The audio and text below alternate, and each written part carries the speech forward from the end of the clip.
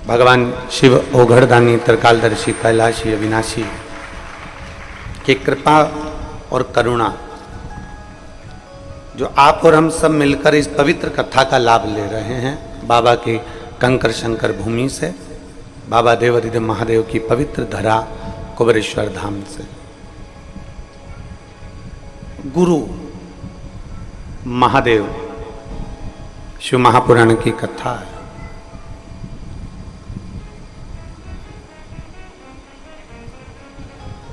हम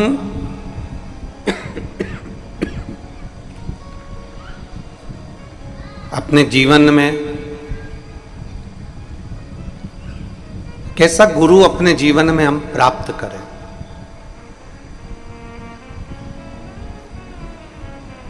और किस गुरु की शरणागति में हम पहुंचे।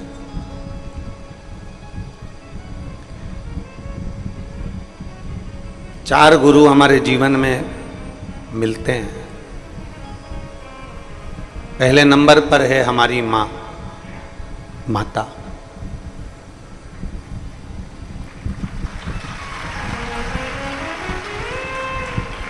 ये वो गुरु है, माँ रूपी गुरु जो होता है वो अपने जीवन में अपने बच्चों को केवल देना जानता है। माता रूपी गुरु केवल देना ही प्रसन्नता में रहता है।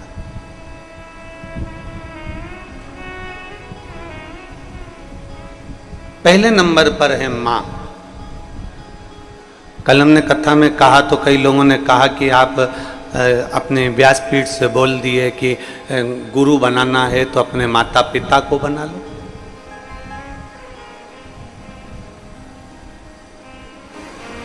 गुरु बनाना है तो अपने किसी घर के सदस्य जो क्रोध से छूटा हुआ हो, अहंकार से छूटा हुआ हो, आसक्ति से छूटा हुआ हो, उसको बना लो।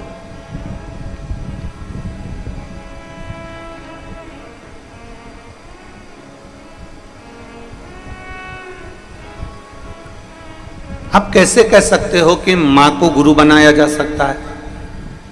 आप कैसे कह सकते हो कि पिता को गुरु बनाया जा सकता है? हम आपसे पूछें, जितने इस पवित्र कथा को श्रवण कर रहे हैं, जितने इस पावन कंकर शंकर की भूमि से कथा का रसपान कर रहे हैं, और जितने आस्था चैनल के माध्यम से, फेसबुक यूट्यूब के माध्यम से इस पवित्र कथा का लाभ ले रहे हैं, हम उनसे पूछें, प्रथम ज्ञान देने वाली होती कौन है?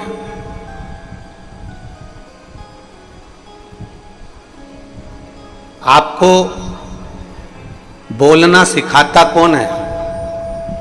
जन्म के समय पर भले मां आपके कानों में गुरु मंत्र ना दियो, जन्म के समय पर भले मां आपके कानों में आकर कोई मंत्र प्रदान ना करी हो, पर संसार की पूरी माताएं, संसार की मां एक पहले नंबर का गुरु होती है, जो अपने बच्चे का हाथ पकड़कर उसको स्लेट पर लिखना भी सिखाती है और उसको बोलना भी सिखाती है। प्रथम है।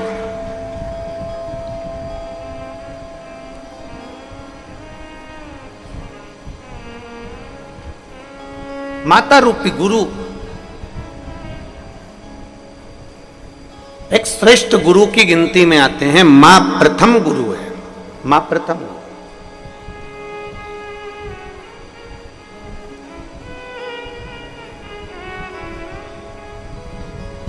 पहले नंबर का अगर कोई गुरु संसार में आपका हाथ पकड़कर लिखने की और लिखाने की सामर्थ्यता रखता है, पहले नंबर का गुरु यदि आपके कानों में भले मंत्र ना दिया हो, पर आपकी वाणी से माँ और पिता पापा खिलाने की सामर्थ्यता रखता है, दादा दादी बुलवाने की सामर्थ्यता रखता है, तो केवल एक वो माँ रूपी गुरु ही हो सकता है, बाकी का कोई।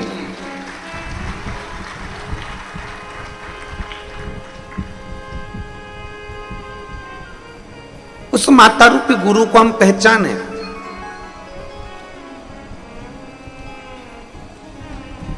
उस माता रूपी गुरु को हम जानने का प्रयास करें, और जिस दिन हम माता रूपी गुरु को पहचान जाएंगे, जिस दिन हम पिता रूपी गुरु को पहचान जाएंगे, हम भटकना अपने आप छोड़ देंगे।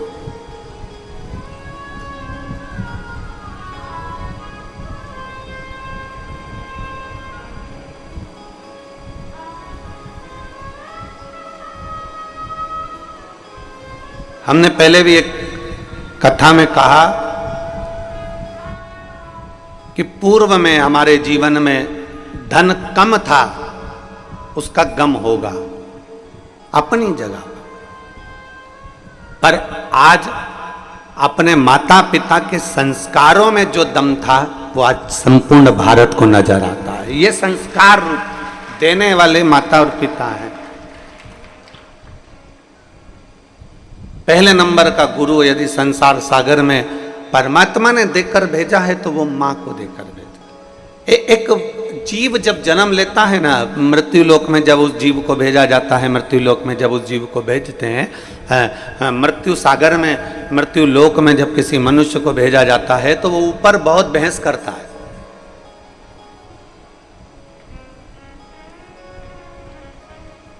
बहुत बहस करता है वो ऊपर। वो कहता है कि मैं नीचे कैसे जाऊं, मुझे तो चलना भी नहीं आता, मुझे खाना नहीं आता, मुझे सोना नहीं आता, मुझे जागना नहीं आता, मुझे कुछ भी नहीं आता, तो मैं मृत्यु लोक में जाऊं तो जाऊं कैसे, मैं जाऊं कैसे।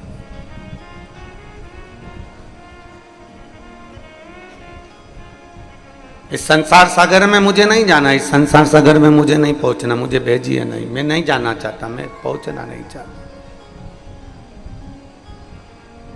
क्या करूंगा मैं मृत्यु लोक में जाकर, वहां मेरा कोई ना कोई है ही नहीं। मैं जाऊंगा तो मुझे घर कहाँ पर बनाना है, मुझे रहना कहाँ पर है, कितना खाना है, मुझे भोजन कौन लाएगा, मेरे लिए नौकरी कौन करेगा, मेरे लिए जॉब कौन करेगा, मेरे लिए काम कौन करेगा, मेरे पास भरण पोषण का कोई तैयारी नहीं है, मेरे पास सोना चांदी नहीं, हीरा पन्ना नहीं, मेरे पास में गाड़ी बंगला नहीं, मैं तो किसी को पहचानता भी नहीं हूँ पृथ्वी पर, फिर मैं नीचे जाऊं तो जाऊं कैसे।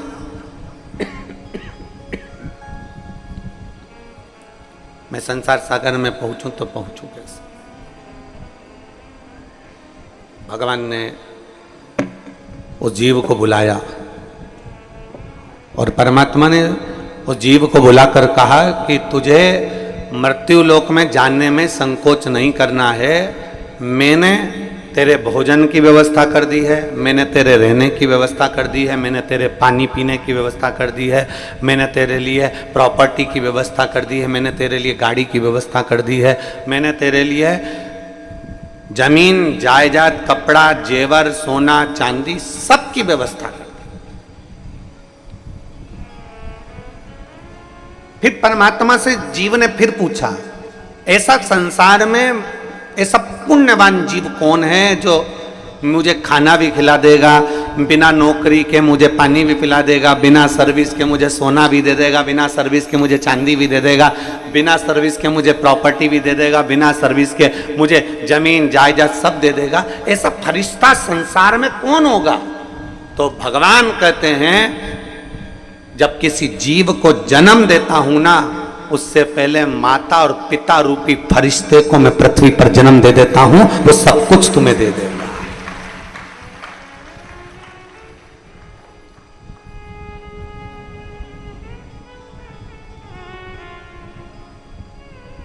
सब कुछ।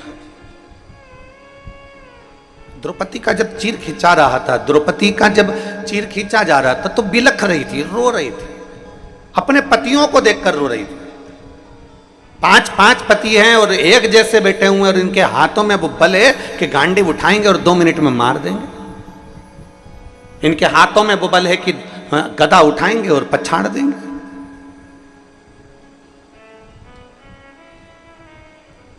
पतियों को देखकर द्रौपदी रो रही है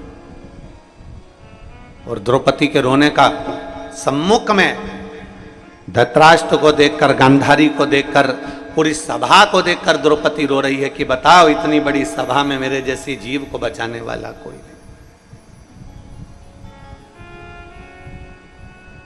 तब आखिरी में द्रौपदी का ध्यान गुरु द्रोणाचार्य की ओर गया और गुरु द्रोणाचार्य की ओर जब द्रौपदी का ध्यान गया कि इस सभा में मेरा गुरु भी बैठा हुआ है, एक गुरु सभा के अंदर बैठा हुआ है और वो गुरु मेरे सामने बैठा हुआ है, तो मुझे विश्वास है पति भले साथ ना देगा, रिश्तेदार भले साथ ना दे, पर कम से कम मेरा गुरु तो साथ देगा। द्रौपदी उस गुरु जी के सामने चली गई और कहा, प्रभु जी मेरे चीर को खींचा जा रहा है, मैं आपकी शिष्या हूँ, मैंने आपसे गुरु दीक्षा ली है, मैंने गुरु मंत्र लिया है, कोई साथ ना दे, कम से कम आप तो साथ दे दो। गुरु द्रोणाचार्य नैनों में जल भरकर द्रौपदी से कहते हैं, इस सभा में जितने बैठे हैं कोई तेरा साथ नहीं देगा, तेरा गुरु भी तेरा साथ नहीं देगा, पर इतना याद रखना द्रौपदी, मैं भले साथ ना दूं, पर मैंने जो तुझे मंत्र दिया है उस मंत्र का जाप करना प्रारंभ कर दे, दुनिया का कोई साथ ना देगा पर वो परमात्मा साथ देगा। श्री शिवाय नमस्तुभ्यम। तुम ये मत सोचना कि हमारे दुख की घड़ी में किसी मनुष्य से तुम गुरु मंत्र जरूर ले लोगे, किसी मानव से तुम गुरु मंत्र ले लोगे, किसी संत से, साधु से, ब्राह्मण से, तपस्वी से, साधक से, उपासक से, किसी कथाकार आदि जितने भी तुम्हें मिलेंगे आप उनसे गुरु मंत्र तो ले लोगे, पर इतना याद रखना, ना साधु, ना सन्यासी, ना तपस्वी, ना साधक, ना उपासक, ना कोई कथाकार, ना कोई तत्व तुम्हारे दुख की घड़ी में कोई तुम्हारा साथ नहीं देगा। दुख की घड़ी में तो केवल तुमने किसी गुरु से जो मंत्र लिया है और वो मंत्र का यदि स्मरण आ गया तो वो उस मंत्र का जाप करते रहना, तो वो मंत्र तुम्हारा साथ दे जाएगा। इंसान साथ नहीं देता, इंसान कभी साथ नहीं देगा, मनुष्य कभी साथ नहीं देगा। अकेले आए हो संसार सागर में, अकेले आपको जाना है, अपने हाथों से कर्म करते जाना है, अपने हाथों से मेहनत करते जाना है। संसार सागर में अकेले आए और अकेले जाना है और अपना कर्म, अपनी मेहनत अपने साथ में करते हुए जाना, अपना कर्म।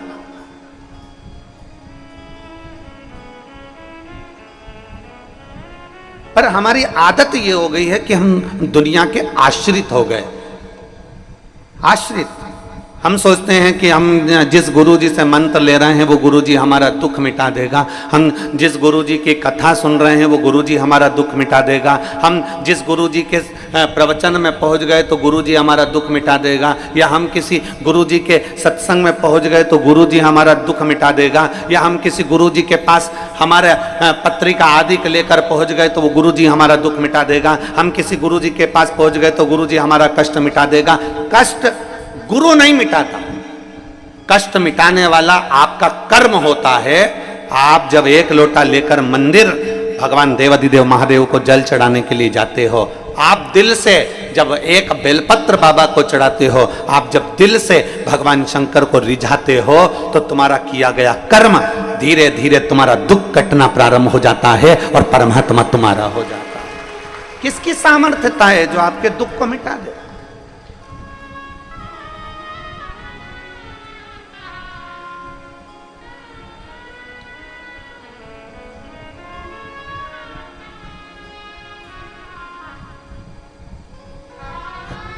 रामकृष्ण परमहंस जी को, स्वामी विवेकानंद जी के गुरु को बहुत बड़ी बीमारी हो गई थी, कैंसर जैसा रोग हो गया था, कैंसर जैसा रोग। नरेंद्र ने कहा, स्वामी विवेकानंद जी बोले, ए गुरुदेव आपको इतनी बड़ी बीमारी हो गई, इतना बड़ा रोग हो गया है, माँ शारदा, माँ दुर्गा आपके कहने पर आपसे बात करने के लिए आती है, तो गुरुदेव आप माँ शारदा से क्यों नहीं कहते कि मेरा ये रोग समाप्त कर दे? जब इतनी बड़ी बीमारी आपको हो गई है तो माँ शारदा से क्यों नहीं कहते?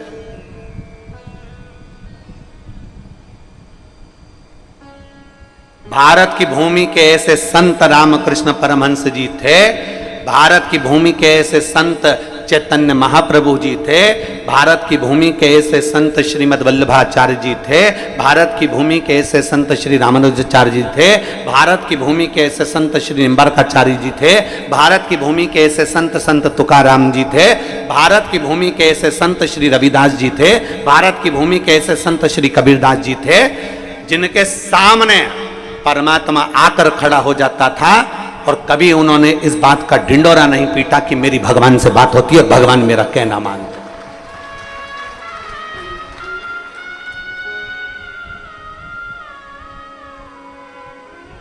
आज के जमाने में अगर भगवान सपने में भी दिख जाए ना तो लोग माइकों पर डोंडी पीट पीट के कहते हैं कल रात्रि को मुझे वो दिखे थे और उन्होंने ऐसा कहा था।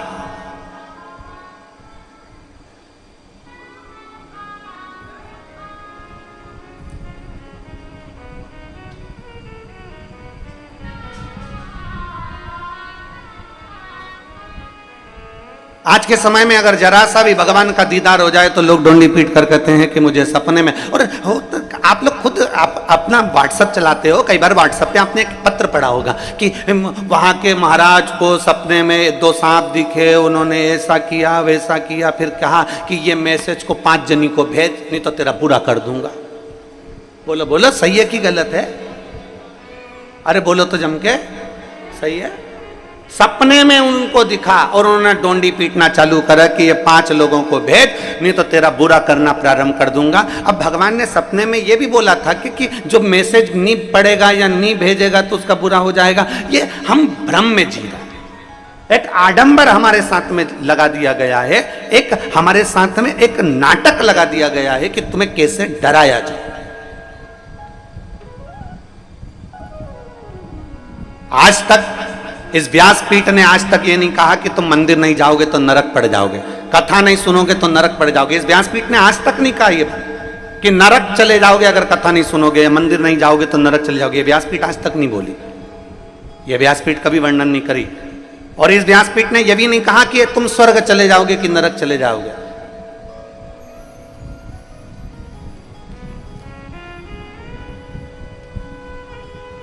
क्योंकि जिंदा व्यक्ति वहां तक जाता नहीं है और मरने के बाद कोई बताने आता नहीं है। कौन आया बता? जिंदा व्यक्ति वहां तक जाता नहीं है और मरने के बाद कोई बताने आता नहीं है कि मुझे एसी का रूम मिला कि डनलप का गद्दा मिला, मुझे कैसा भवन मिला, कैसा भोजन मिला, चांदी की थाली में भोजन मिला, कि बहुत सारी अप्सराएं मुझे पंखा झेल रही थी, कि मुझे बहुत सुंदर रथ में बिठाया गया, सिंहासन पर बिठाया गया, मुझे बहुत सारा भोजन कराया गया। ये कोई बताने के लिए संसार में नहीं आया। वापिस आकर किसी ने नहीं बताया कि मैं नरक में मैंने ये देखा कि स्वर्ग में मैंने ये देखा, कोई बताने वाला नहीं था। जिंदा गया नहीं और मरा आकर बताया नहीं। इसलिए शिव महापुराण की कथा में अमरनाथ की गुफा में माता पार्वती जी ने शंकर जी से पूछा था, भोले बाबा आप हमें बताइए कि बैकुंठ क्या है और नरक क्या है, इसका वर्णन आप हमें करिए। अमरनाथ जी की गुफा में माता पार्वती जी भगवान शिव से कहती हैं कि आप हमें बताओ नरक और स्वर्ग का भान क्या है। शंकर भगवान ने एक शब्द में, क्योंकि शंकर अड़भंगे हैं, शिव आडंबर नहीं जानते, शिव दिखावा नहीं जानते, उन्होंने एक शब्द में सारी बात को समाप्त कर दिया। पार्वती जी कहती हैं आप हमें बताओ स्वर्ग और नरक का भेद क्या है। शंकर भगवान ने कहा पार्वती संसार में रह रहे हो, घर में रह रहे हो, परिवार में रह रहे हो, भर पेट अगर भोजन कर रहे हो, अच्छे कपड़े पहन रहे हो, अच्छे मकान में रह रहे हो, सब घर के लोग तुम्हारा कहना मान रहे हैं, तुम्हारी इज्जत तुम्हारे घर में है और तुम्हारे मांग में सिंदूर, हाथ में चुड़ला, पांव बिछोड़ी और बड़े प्रेम से आनंद के साथ आप अपनी जिंदगी जी रहे हो। आप बुजुर्ग भी हो गए तो घर के पोता पोती आपका सम्मान कर रहे हैं, घर के लोग आपका आदर कर रहे हैं। सुनो पार्वती, घर में भरपेट भोजन कर रहे हो, अच्छे से सो रहे हो, भरचक नींद हो रही है, अच्छी जिंदगी जी रहे हो, तो ये समझ लेना कि तुम स्वर्ग में निवास कर रहे हो, यही स्वर्ग पृथ्वी पर है। और सुनो पार्वती, नरक का भान भी मैं तुम्हें करा देता हूं। नरक किसको कहा जाता है? जिस घर में 4 लोग रह रहे हैं, जिस घर में 8 लोग रह रहे हैं और दिन भर क्लेश की जिंदगी जी रहे हैं, दिन भर विवादों में घिरे हुए हैं, दिन भर क्लेश में घिरे हुए हैं, जरा जरा सी बात में जहां क्लेश उत्पन्न हो जाता है, समझ लेना पार्वती कि नरक में क्या दुख देखोगे वो दुख तुम्हें संसार सागर में नजर आता है। इसलिए पार्वती स्वर्ग भी यही है और नरक भी यही। अरे मत बुरे कर्म कर बंदे वरना पछताएगा। भगवान की आंखों से तू बच नहीं पाएगा, तू बच नहीं पाएगा। अरे ओ अज्ञानी मत कर नादानी, अरे ओ अज्ञानी मत कर नादानी। तेरे कर्म का फल भी तू ही पाएगा, जैसा किया तूने तेरे आगे आएगा। मत बुरे कर्म कर बंदे वरना पछताएगा। भगवान की आंखों से तू बच नहीं पाएगा, तू बच नहीं पाएगा। तेरा स्वर्ग भी यही है और तेरा नरक भी यही है।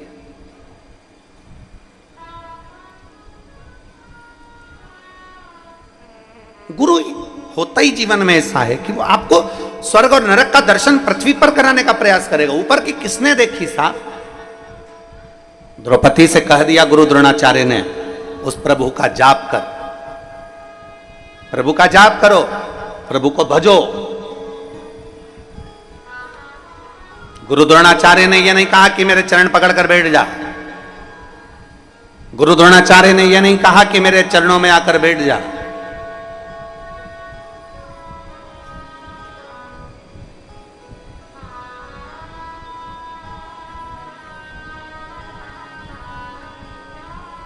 गुरु द्रोणाचार्य ने केवल एक ही बात कही, उस परमात्मा को याद करो। विपदा की घड़ी हो, विषम परिस्थिति हो, दुख का समय हो, उस समय पर उस शिव को, मेरे त्रिकालदर्शी कैलाशी को याद करो,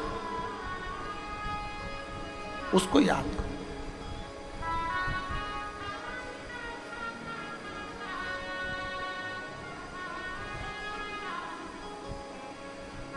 और जिस दिन आपने मेरे देवाधिदेव महादेव का स्मरण कर लिया दुख के समय में, तकलीफ की घड़ी में, उस दिन शिव आपके सम्मुख में होगा, शंकर आपके पास में, शिव।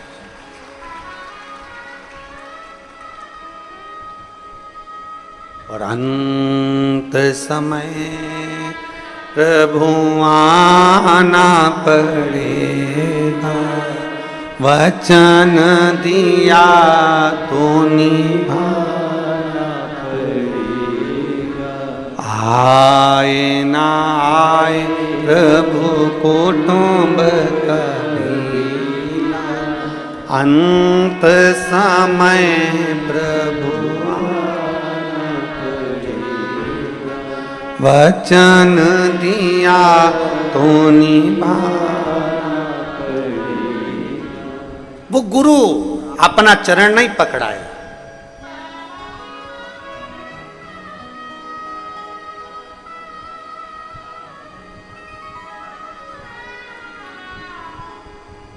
उस गुरु ने अपना चरण नहीं पकड़ाया। गुरु द्रोणाचार्य ने पकड़ाया तो गुरु मंत्र पकड़ाया, पकड़ाया तो गुरु का द्वार पकड़ाया। भजन करो, भगवान का स्मरण करो। स्वयं स्वामी विवेकानंद जी रामकृष्ण परमहंस से कहते हैं, अपने गुरु जी से कहते हैं, गुरु जी शारदा माँ तुम्हारी सुनती है, जगत जननी जगदम्बा अम्बा माँ काल रात्रि माँ दुर्गा भवानी तुम्हारी सुनती है। आप अपने शरीर में कैंसर जैसा रोग हो गया है, आप माँ को बोलते क्यों नहीं हो? आप माँ जगत जननी से कहते क्यों नहीं हो? रामकृष्ण परमहंस जी ने कहा, तू कह रहा है ना, बोलूंगा बोलूंगा। एक दिन रामकृष्ण परमहंस जी से स्वामी विवेकानंद जी ने कहा, आज तो तुम्हें जगत जननी दुर्गा भवानी से कहना ही पड़ेगा कि मेरा कैंसर का रोग समाप्त करो।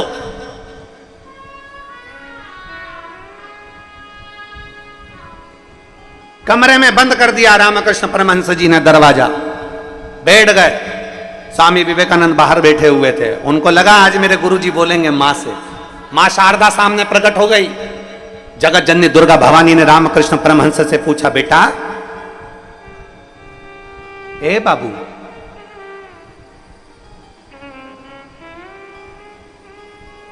रामा रामकृष्ण, ए बाबू। रामकृष्ण परमहंस जी नेत्र बंद कर कर बैठे थे, आंखों से नीर बह रहा था।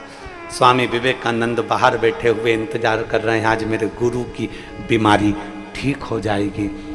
आंख से आंसू बह रहे रामकृष्ण परमहंस के। और मां जगत जननी ने पूछा, बाबू तू रो रहा है?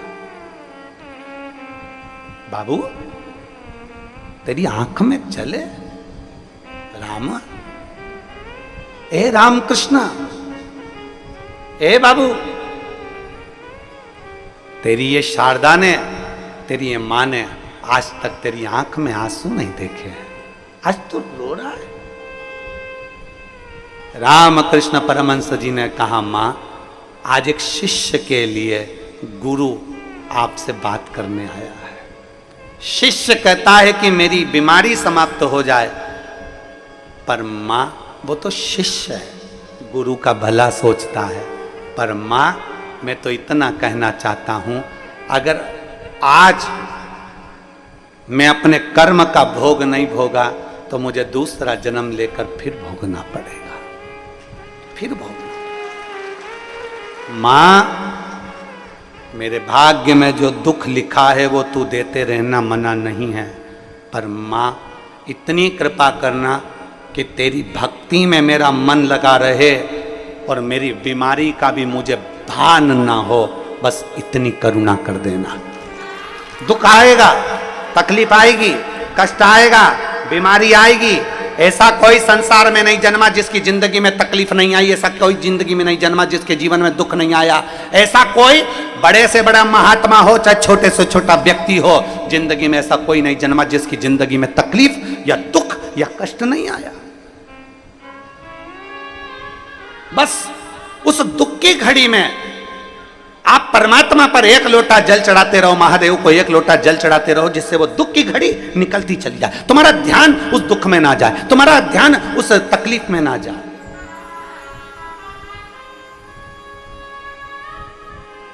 एक पत्र आया है, उस पत्र में एक मां ने लिखा कि मेरी बेटी की आंख के नीचे एक छोटी सी सफेद लाइन हो गई। बेटी का जीवन, लड़की का जीवन, मेरी बेटी के आंख के नीचे सफेद लाइन हो गई। सफेद लाइन जब आंख के नीचे रही तो धीरे धीरे धीरे धीरे वो सफेद सफेद सफेद करते करते पूरा चेहरा उसका सफेद होने लगा, बीमारी फैल गई। उसने पत्र में लिखा, जरा देखिएगा।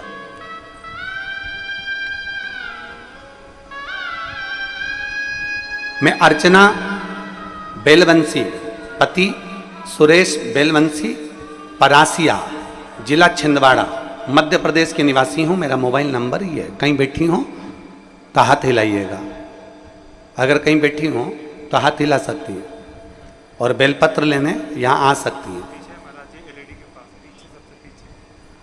हाँ जी दिख गया। बेटी आई है क्या साथ में? आई है, ले आओ इसको, बेलपत्र लेकर जाओ। जाओ। मैं अर्चना बेलवंशी, पति सुरेश बेलवंशी, परासिया, जिला छिंदवाड़ा, मध्य प्रदेश की निवासी हूँ। मेरा मोबाइल नंबर ये है। मेरी बेटी अंशिका बेलवंशी, उम्र 5 वर्ष है। उसकी आंख के नीचे सफेद दाग हो गया और उसके चेहरे पर पूरा दाग फैलता चले गया और पूरा चेहरा उसका धीरे धीरे सफेद होने लगा। 2023 में हमने डॉक्टर को दिखाया, जितना जितना उसको दिखाते गए वैसे वैसे उसके शरीर पर वो बीमारी फैलती चली गई। अब बेटी का जीवन है, गुरुजी कैसे इस बीमारी को देख लें। तब मेरे मम्मी पापा, ममता रकोशिया, पिताश्री अमित लाल रकोशिया जी के कहने पर मैंने पहली बार आपकी कथा टीवी पर सुनना प्रारंभ करी। आपको आज तक मैंने टीवी पर कथा नहीं सुनी थी, आज तक आपको देखा नहीं था, आज तक आपसे बात नहीं हुई। पहली बार कथा मैंने टीवी पर देखी और आपने कहा कि पूर्णिमा की रात्रि को गाय जब बछड़े को दूध पिलाती है तो उसके मुंह में फेन आ जाता है, उसको चम्मच में निकाल लो और उस फेन को शरीर पर लगाकर उसको चंद्रमा की रोशनी में रखिए और रुद्राक्ष का जल शिव जी को चढ़ाकर उसको पिलाइए। हमने बेटी को शंकर जी के मंदिर भेजना चालू कर दिया। मेरी बेटी देखकर रोती थी कि मेरा चेहरा कैसा हो गया, मेरा शरीर कैसा हो गया। तब हमने अपनी बेटी से कहा उस पर भरोसा रख, बाबा को एक लोटा जल चढ़ाती रहे, मंदिर की सफाई करती रहे। और बाबा का क्या गुणगान करूं गुरुदेव, मेरे बाबा तो शंकर हैं और मैं क्या कहूं, आपकी वाणी में केवल शिव पुराण नहीं है, शंकर खुद वाणी से ऐसा लगता है कि बोलता है। बाबा आज मेरी बेटी पूरी तरह से ठीक हो गई, उसका चेहरा वापस वैसा की वैसा हो गया और उसका रोग समाप्त हो गया। मैं बाबा को प्रणाम करने के लिए। एक शिव तत्व की प्राप्ति, एक शंकर ओघड़ी की प्राप्ति।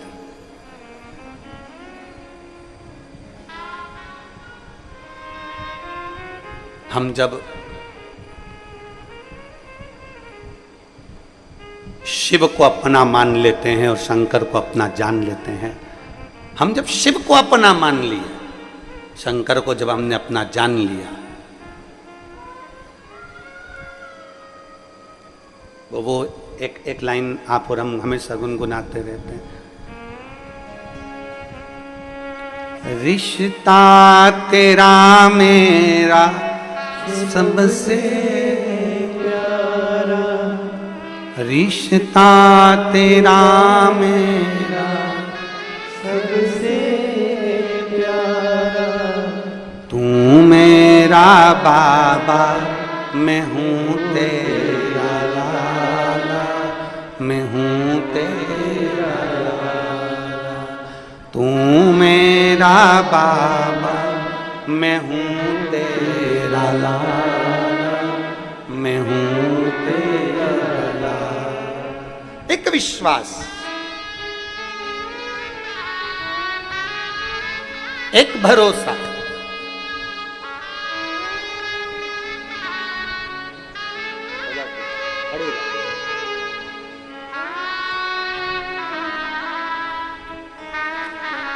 यही बेटी है जिसका पूरा चेहरा शरीर धीरे धीरे सफेद हो गया था, चर्म रोग हो गया था, पर आज बाबा ने एक विश्वास के साथ उस बेटी का पूरा शरीर वैसा की वैसा ही कर दिया। ये शिव तत्व है।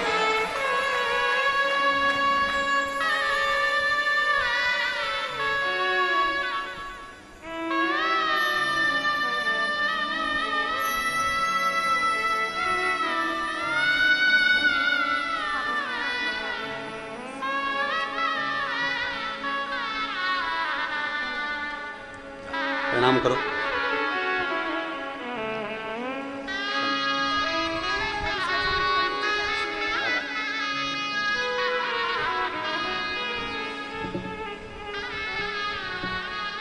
एक संबंध हम परमात्मा से जोड़े, एक रिश्ता हम भगवान से जोड़े। हमें इंसान से रिश्ता नहीं जोड़ना है।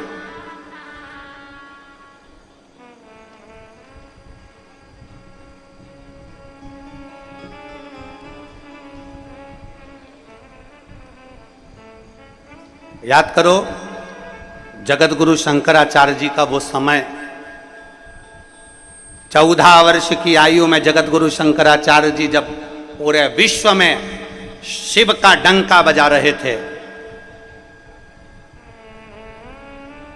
पूरे विश्व में जगत गुरु शंकराचार्य जी जब शंकर की पूजन का, शिव की स्तुति का, शंकर की आराधना का डंका बजा रहे थे, तब कई लोग जगत गुरु शंकराचार्य जी के चरण को पकड़ रहे थे। तो जगत गुरु शंकराचार्य जी ने कहा, मुझे क्यों पकड़ते हो, मैं तो आज हूँ कल नहीं, मेरा मानव का शरीर है, आज रहेगा कल नहीं। अगर तुम्हें पकड़ना है तो शंकर के शिवलिंग को पकड़ लो, शिव की स्तुति को पकड़ लो।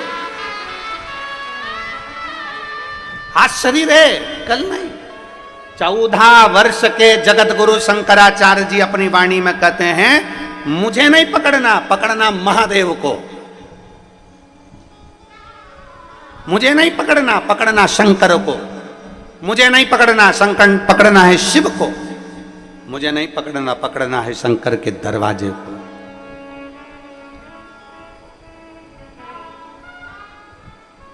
हमसे कोई संबंध आपका नहीं है, संबंध परमात्मा से बनाइए। एक असली गुरु जो होता है ना, एक सही गुरु जो होता है ना, वो आपको यही मार्ग बताएगा।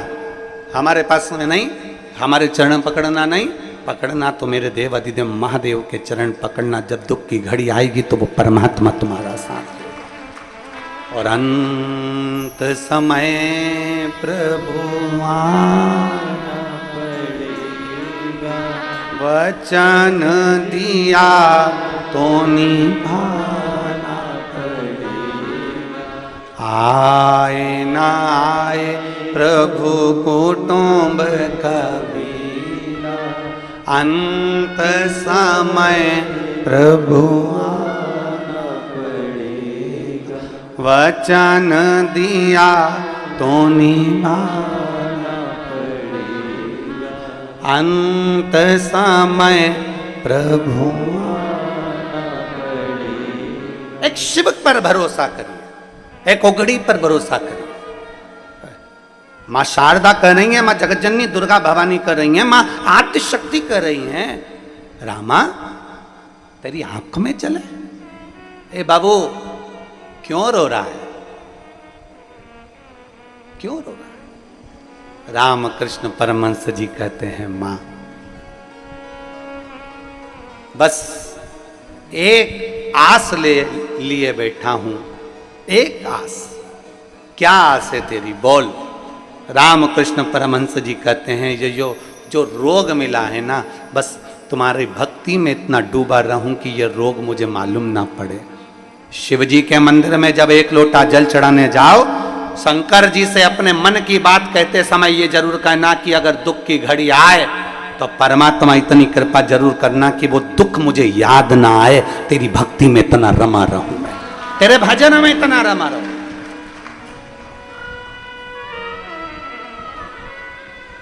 मुझे याद ना आए ये सब, ये दुख मेरे सम्मुख में याद ना आए।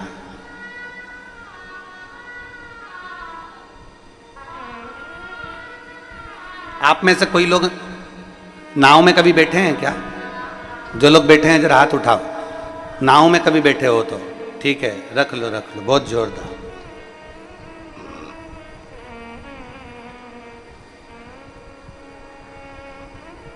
पतवार देखिए, नाव खेने वाली, अरे बोलो तो जम के। देखिए कितनी होती है? 2। एक क्यों नहीं होती? अगर एक पतवार से नाव को खेओगे, नाव पार उतर जाएगी क्या? वहीं की वहीं गोल गोल गोल गोल घूमती रहेगी, पार नहीं उतरेगी। उसी तरह मेरे ओघड़दानी मेरे शंकर भगवान माता पार्वती को अमरनाथ की गुफा में बैठकर कहते हैं, पार्वती सुख और दुख ये 2 पतवार है, और ये 2 पतवार नाव में लगी रहती है। उसी तरह संसार सागर में जो जन्म लेता है उसको सुख और दुख की 2 पतवार पकड़ाई जाती है। अगर एक पतवार दी जाए तो वो वहीं गोते लगाता रहता है। ये 2 पतवार ऐसी होती है जो व्यक्ति को मंजिल तक पहुंचा देती है, मंजिल तक पहुंचाती है। केवल सुख सुख मिल जाए ना, केवल अच्छा ही अच्छा मिल जाए, गुलाब जामुन खाने को मिल जाए तो दांत सड़ जाते हैं। अगर पेड़ा ही पेड़ा खाने को मिल जाए तो दांत सड़ जाते हैं। अभी तुम रोज भोजन कर रही होगी, उसमें नुक्ती, मिक्सचर, खिचड़ी, रोटी, सब्जी सब मिल रहा होगा। तुम एक दिन विचार करना कि मुझे तो नुक्ती खाना है, बूंदी बूंदी खाना है, तो थोड़ी देर बाद रुमाल ऐसा रख के कथा में बैठी रहोगी। अब कोई तुमसे पूछे क्यों हुआ क्या? नुक्ती पेट में भी दुखती और दांत में भी दुखती। अब कोई पूछे तुमसे कि तू ये दांत पर मुंह पर ये कपड़ा लेकर क्यों बैठी है, तो कहे बस आज मेरे दांत में बहुत दर्द हो रहा है, आज मेरे को थोड़ा पेट में भी बहुत दर्द हो रहा है, बार बार ऐसा लग रहा है कि मड़ोड़ उठ रही है बार बार। तो कोई पूछेगा क्या खाया था, तो कि खाने को तो रोटी भी थी, खिचड़ी भी थी, 2 चीज़ थी। अगर ज़्यादा कहीं तबीयत मबीयत गड़बड़ हो तो खिचड़ी खा लो, और अगर अच्छे दमदार हो तो रोटी निपटा लो। पर मेरी भी बुद्धि मारी गई थी, अकेली में जोरदार अच्छी कुरकुरी सी नुक्ती थी, वो निपटा गई। अब मुझे क्या मालूम था कि नुक्ती पेट में दुखती, अब मुझे क्या मालूम था, मेरे को तो लगा कि अच्छी है।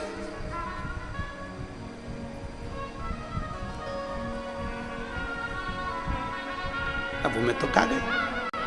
अब मुंह पे रुमाल रखकर बैठे हो, दांत में तकलीफ। अर्थात शिव महापुराण की कथा कहती है, मेरे भोलेनाथ मेरे ओघड़दानी अमरनाथ जी की गुफा में कहते हैं बैठकर, पार्वती सुन, दो पतवार से नाव पार होती है, उसी तरह दुख के साथ सुख है और सुख के साथ दुख है। एक पहले चलती, फिर दूसरी चलती, फिर एक चलती, फिर दूसरी चलती। सुख आएगा, दुख आएगा, सुख आएगा, दुख आएगा, सुख आएगा, दुख आएगा, और अंत में मंजिल तक पहुंच जाओगे। बस तुम्हारी नैया पार हो जाए। भटकना नहीं है।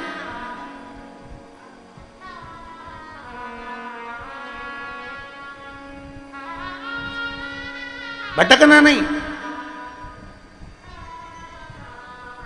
अगर हम इस सुख दुख की नाव में सवार हैं, मंजिल तक पहुंचना है तो परमात्मा का, रामकृष्ण परमहंस जी से मां जगत जननी करी, मांग तुझे क्या चाहिए, आज मेरा दिल प्रसन्न है क्योंकि तेरे शिष्य ने तेरे लिए सोचा है। तो बोल तुझे क्या चाहिए। राम बोल दे रामा, हे बाबू मुंह से बोल तो सरी। रामकृष्ण परमहंस जी कहते हैं मां आज एक इच्छा है मेरी, वो तू पूरी कर देना। माँ कौन सी इच्छा है, बोल रामकृष्ण परमहंस। माँ पूछ रही है कौन सी इच्छा। तब स्वामी विवेकानंद जी का स्मरण आया और रामकृष्ण परमहंस जी ने कहा माँ इतना जरूर करना, जब मेरे अंतिम क्षण हो, प्राण छूट रहे हो माँ, तब तेरी गोद में मेरा सिर रखा हुआ हो और मैं अपने धाम को चला जाऊं। बस इतनी क्या कर?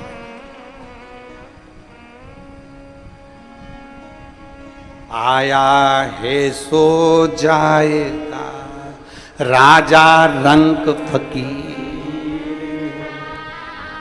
जो आया वो जाना है।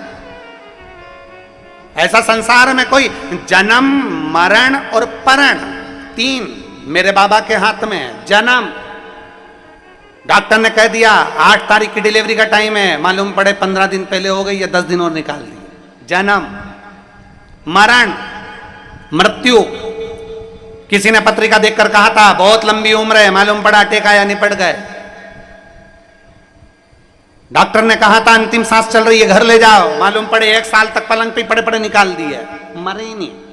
4 बार गीता जी सुना दी, 3 बार गोबर लिप के नीचे सुला दिया, मालूम पड़े फिर सांस चल गई, फिर उठा के पलंग पे लेटा दिया, निपटी ही नहीं, मरे ही नहीं। जन्म, मरण, परण, विवाह, शादी। तुम सोच कर बैठी थी मैं लड़के की शादी करूंगी, ऐसी बहू लेके आऊंगी, लड़की की शादी करूंगी, ऐसा दामाद ढूंढ के लाऊंगी। अब हम क्या बोलें तुमको, तुम सब अच्छे से जान रही होगी तुम्हारे घर में कैसी आई है और कैसे दामाद और कैसे सब मिले हैं, ये तुम सब जानते। कितना कितना सोचा था, कितना कितना विचार करा था, कितना कितना मन में सोच कर बैठे थे।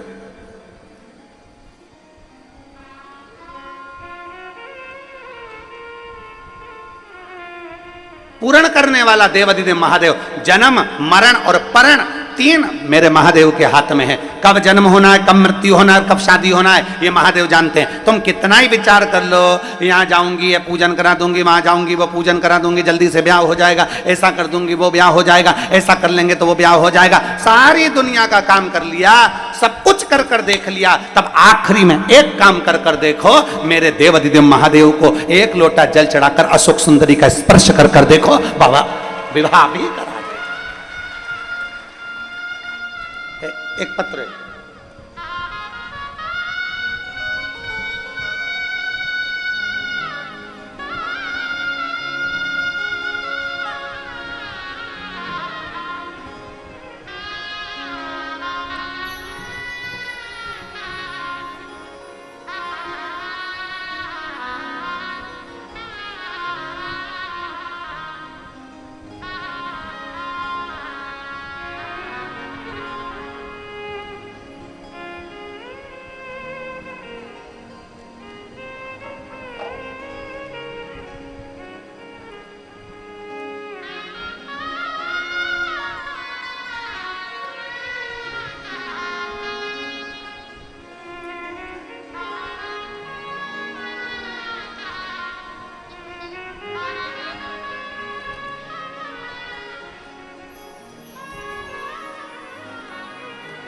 सुमित बालाजी कांवले, लातूर से हैं, कहीं बैठे हो तो हाथ हिला सकते हैं। आप ही आए? श्री शिवाय नमस्तुभ्यं। बेटा आया है जिसकी नौकरी लगी? वो नहीं आया। आ जाओ, एक बेलपत्र लेकर चले जाओ। आइए, हम लातूर से आए हैं, आपको कहना चाहते हैं मेरे बच्चे की नौकरी नहीं लग रही थी। बच्चा भगवान पर भरोसा नहीं करता था, किसी बाबा पर भरोसा नहीं करता था मेरा बच्चा। तब मैंने अपने बेटे से कहा कि तू एक बार शिव मंदिर जाना चालू कर, शंकर को एक लोटा जल चढ़ाना चालू कर। मेरा बेटा कहता है, माँ क्या शिवजी को जल चढ़ाने से नौकरी लग सकती है? तो मेहनत कर। वो सियोर वाला महाराज कहता है इतनी मेहनत करो, और शंकर को फिर आखिरी में एक बेलपत्र उस पर शहद लगाकर बाबा को विनय कर कर जा, जरूर सफलता मिलेगी। और मेरे बेटे ने मेरा कहना माना, एग्जाम देने गया, मेहनत कर कर अच्छा लगन लगाकर और बेलपत्री पर शहद चढ़ाकर आज मेरा बेटा गवर्नमेंट में सिविल इंजीनियरिंग के पद पर नियुक्त हो गया। मैं बाबा को धन्यवाद देती हूं। ये शिव तत्व है। एक भीतर से एक विश्वास की जागरूकता होना चाहिए, अपने भीतर एक विश्वास की जागरूकता उत्पन्न। कहते हैं ना,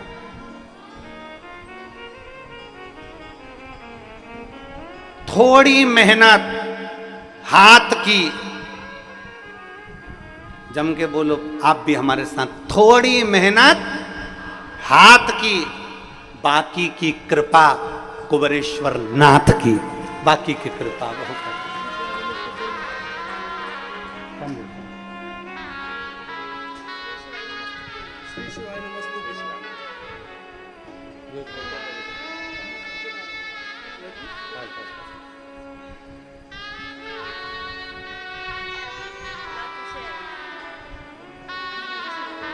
बधाई आपको।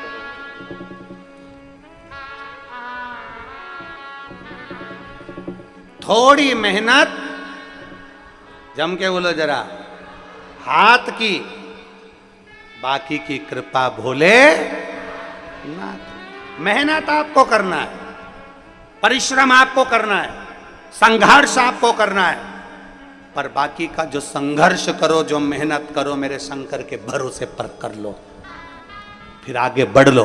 मेरा भोलेनाथ आपका हाथ पकड़कर पार कर ही देगा। थोड़ी मेहनत हाथ की, बाकी की कृपा भोले नाथ की। बाकी की कृपा करने वाला वो भोले भंडारी है, भोलेनाथ।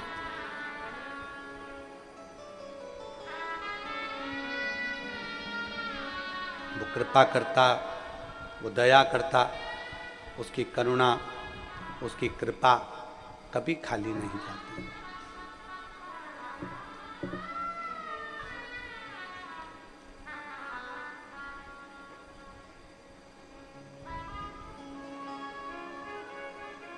उसकी कृपा, मां इतनी करुणा जरूर करना कि अंत समय तेरी गोदी में निकले, ये कृपा है।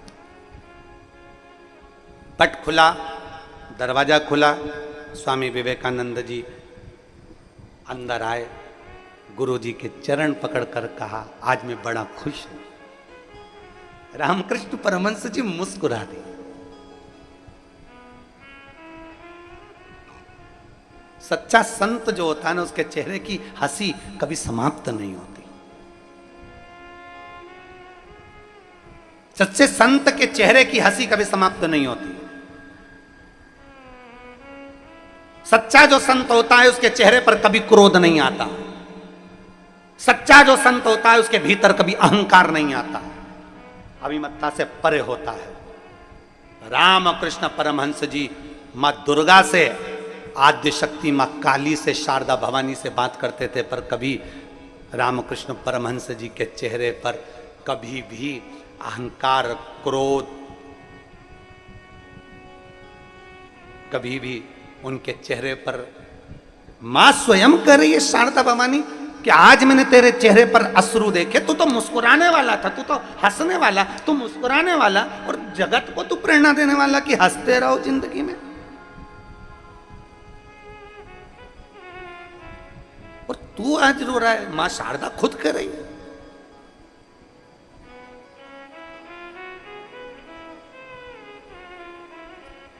हे राम, तो आज रामकृष्ण परमहंस जी, आज स्वामी विवेकानंद जी ने जैसे चरण पकड़े मुस्कुरा रहे हैं। नरेंद्र ने पूछा, स्वामी विवेकानंद जी ने पूछा, गुरुदेव आज मैं बड़ा खुश हूं। स्वामी विवेकानंद जी ने पूछा, क्यों आज इतनी प्रसन्नता तेरे चेहरे पर है? स्वामी विवेकानंद जी, नरेंद्र तेरे चेहरे पर इतनी प्रसन्नता है, किस बात की प्रसन्नता है? क्योंकि आज मेरे गुरु का रोग समाप्त हो गया, मुझे उसकी प्रसन्नता है। आज मेरे गुरु का रोग समाप्त हो गया, मुझे उसकी प्रसन्नता है। रामकृष्ण परमहंस जी मुस्कुराकर बोले, रे नरेंद्र, ओ नरेंद्र। रामकृष्ण परमहंस जी मुस्कुराकर बोले, मां आई थी, मैंने बात भी करी थी और मैंने तेरा बोल भी दिया था, शिष्य के कहने पर यहां आया हूं। पर नरेंद्र, मैंने मां से अपने रोग की मुक्ति नहीं मांगी, मैंने मां से केवल मांगा तो इतना मांगा कि मेरी दुख की घड़ी में तेरा भजन करता रहूं और वो दुख मुझे याद ना आए, बस इतनी कृपा कर देना। ऐसा कौन जिसके जीवन में दुख ना आए? ऐसा कौन जिसके जीवन में तकलीफ ना आए? ऐसा कौन जिसके जीवन में कष्ट ना आए? तुम कितना बड़ा भी अगर मिनिस्टर है, कितना बड़ा भी मंत्री संतरी कलंतरी, कितना बड़ा भी पदाधिकारी, चाहे वो बड़े से बड़े ओहदे पर बैठा हो, चाहे वो कलेक्टर हो, एसपी हो, चाहे वो आईएएस ऑफिसर बनकर बैठा हो, चाहे कितने बड़े भी ओहदे पर बड़े से बड़ा ऑफिसर बनकर बैठा हो, चाहे बड़े से बड़ा मिनिस्टर बनकर बैठा हो, चाहे एक छोटे से छोटा गरीब से गरीब व्यक्ति से लेकर बड़े से बड़ा साधु संत सन्यासी तक क्यों ना है, उसकी जिंदगी में भी दुख आता जरूर है। क्योंकि जो जन्म लेता है उसको दो पतवार पकड़ा कर भेजा जाता है, दो हाथ देकर भेजा जाता है कि ये दो पतवार सुख और दुख की है, इस पतवार से तुम्हें पार होना है। सुख भी आएगा, दुख भी आएगा, सुख में भूलना मती और दुख में शंकर को कभी भूलना मती, बस इतना याद रख ले।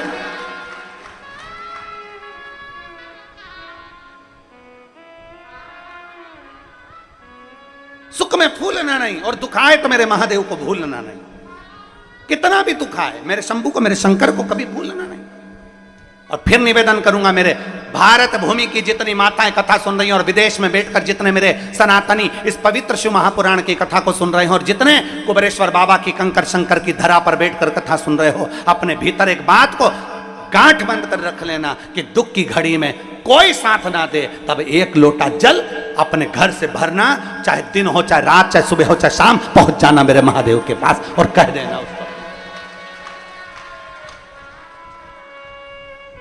एक लोटा जल भरना और पहुंच जाना अपने पिता के पास में, अपने बाबुल के पास में, और बाप के पास पहुंचकर उससे अपने दिल की बात कह देना, उसको पिता मानकर, उसको अपना पिता जानकर अपने मन की बात कह देना। बाबुल, आज मैं दुखी हूं, बाबा आज मैं बहुत तकलीफ में हूं, पिता आज मेरे जीवन में ये तकलीफ आकर खड़ी हो गई, सारी समस्या का हल एक लोटा जल। बोल बम का नारा है, उससे कह दो जाकर, उससे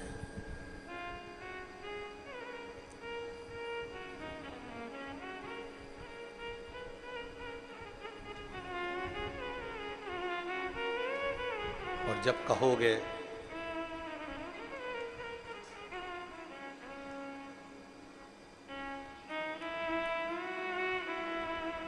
जब उससे जाकर विनय करोगे, जब उससे जाकर कहोगे, विनय करोगे, निवेदन करोगे, तो जिंदगी का एक सुख अपने आप मांगू क्या मैं क्या नहीं तुमने दिया, मांगू क्या मैं क्या नहीं तुमने दिया, मुझको तुमने ना कहीं झुकने दिया, मुझको तुमने ना कहीं झुकने, मुझको तुमने ना कहीं झुकने दिया, मुझको तुमने ना कहीं झुकने दिया। क्या मांगे? उससे बस कह सकते हैं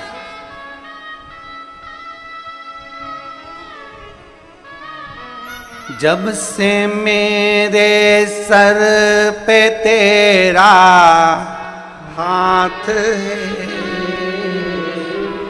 जब से मेरे सर पे तेरा हाथ है, ठोकरों में भी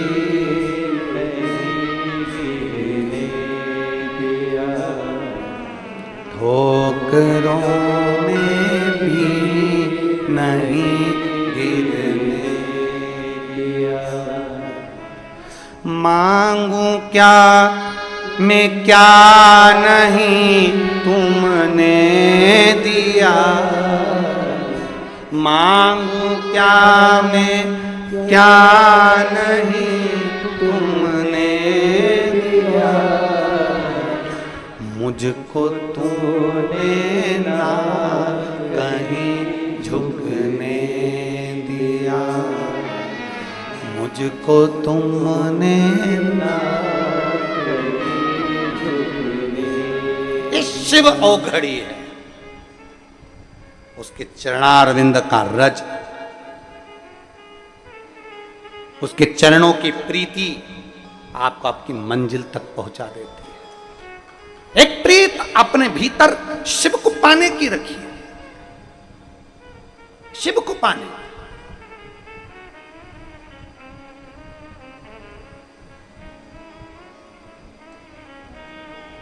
आपने कई बार देखा होगा, हमने अपनी व्यासपीठ से भी कई बार कहा, और कोई अगर मिलने भी आता है तो हम अपना चरण कभी माताओं से छूने नहीं देते, क्योंकि हम उनको कहते हैं कि तुम हमारी जीजी हो और हम तुम्हारे भाई हैं, और भाई के पैर बहन पड़े ये कहाँ की रीति है। हम तुम्हारे चरण पड़े, पर निवेदन है कि मेरी जीजियां कभी हमारे चरण ना पड़े। जीजियां तो अपना हाथ ऊंचा रखकर अपने भाई को केवल आशीर्वाद देती है।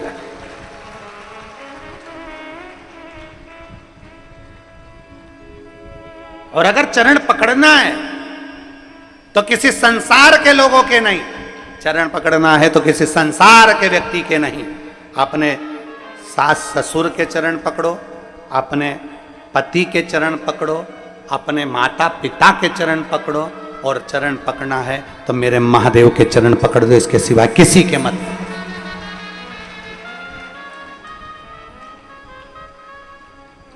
चरण उसके छूना चाहिए जिसका आचरण अच्छा हो, जिसके अंदर आचरण ठीक ना हो, अहंकार, क्रोध, आसक्ति, लोभ, वासना, तृष्णा सब भरी हुई है, और उसके हम चरण छुए थे। कहां? चरण जिसका आचरण अच्छा है उसके चरण पकड़े जाते हैं, जिसका आचरण ही ठीक नहीं, कहीं अहम, कहीं क्रोध, कहीं आसक्ति, कहीं वासना, कहीं तृष्णा, कहीं लोभ, सब भरा पड़ा हुआ है, और उसमें चरण पकड़े जाएं तो वो श्रेष्ठता नहीं। आचरण ठीक है तो चरण पकड़ लो, और आचरण अगर किसी संसार के व्यक्ति का, हम एक बार बहुत बहुत धन्यवाद दिए। आपने भी कई बार कथाओं के माध्यम से सुना होगा कि कोरोना महामारी में, कोरोना काल में जब घर के बच्चे अपने माँ बाप का अंतिम संस्कार करने के लिए नहीं आए, तब कोरोना महामारी में हॉस्पिटल में काम करने वाले वो कर्मचारी, हॉस्पिटल में पोछा लगाने वाले, झाड़ू लगाने वाले, जिनको लोग छूना पसंद नहीं कर रहे, जिनको लोग कहते हैं कि ये तो ऐसे, ये तो वैसे, उन व्यक्तियों ने, जिन्होंने हॉस्पिटल में एक साधारण सा अपना ये नहीं देखा कि मुझे कोरोना हो जाएगा, उन्होंने ये नहीं देखा कि मुझे तकलीफ हो जाएगी, उन्होंने हॉस्पिटल में दवाई भी दी, गोली भी दी, तुम्हारा ट्रीटमेंट भी करा, तुम्हें छुआ भी, और आखिरी में जिनके बच्चे अंतिम संस्कार करने नहीं आए उनको ले जाकर अंतिम संस्कार भी करा। ये उनके आचरण अच्छे थे, उनके चरण छूने के लायक।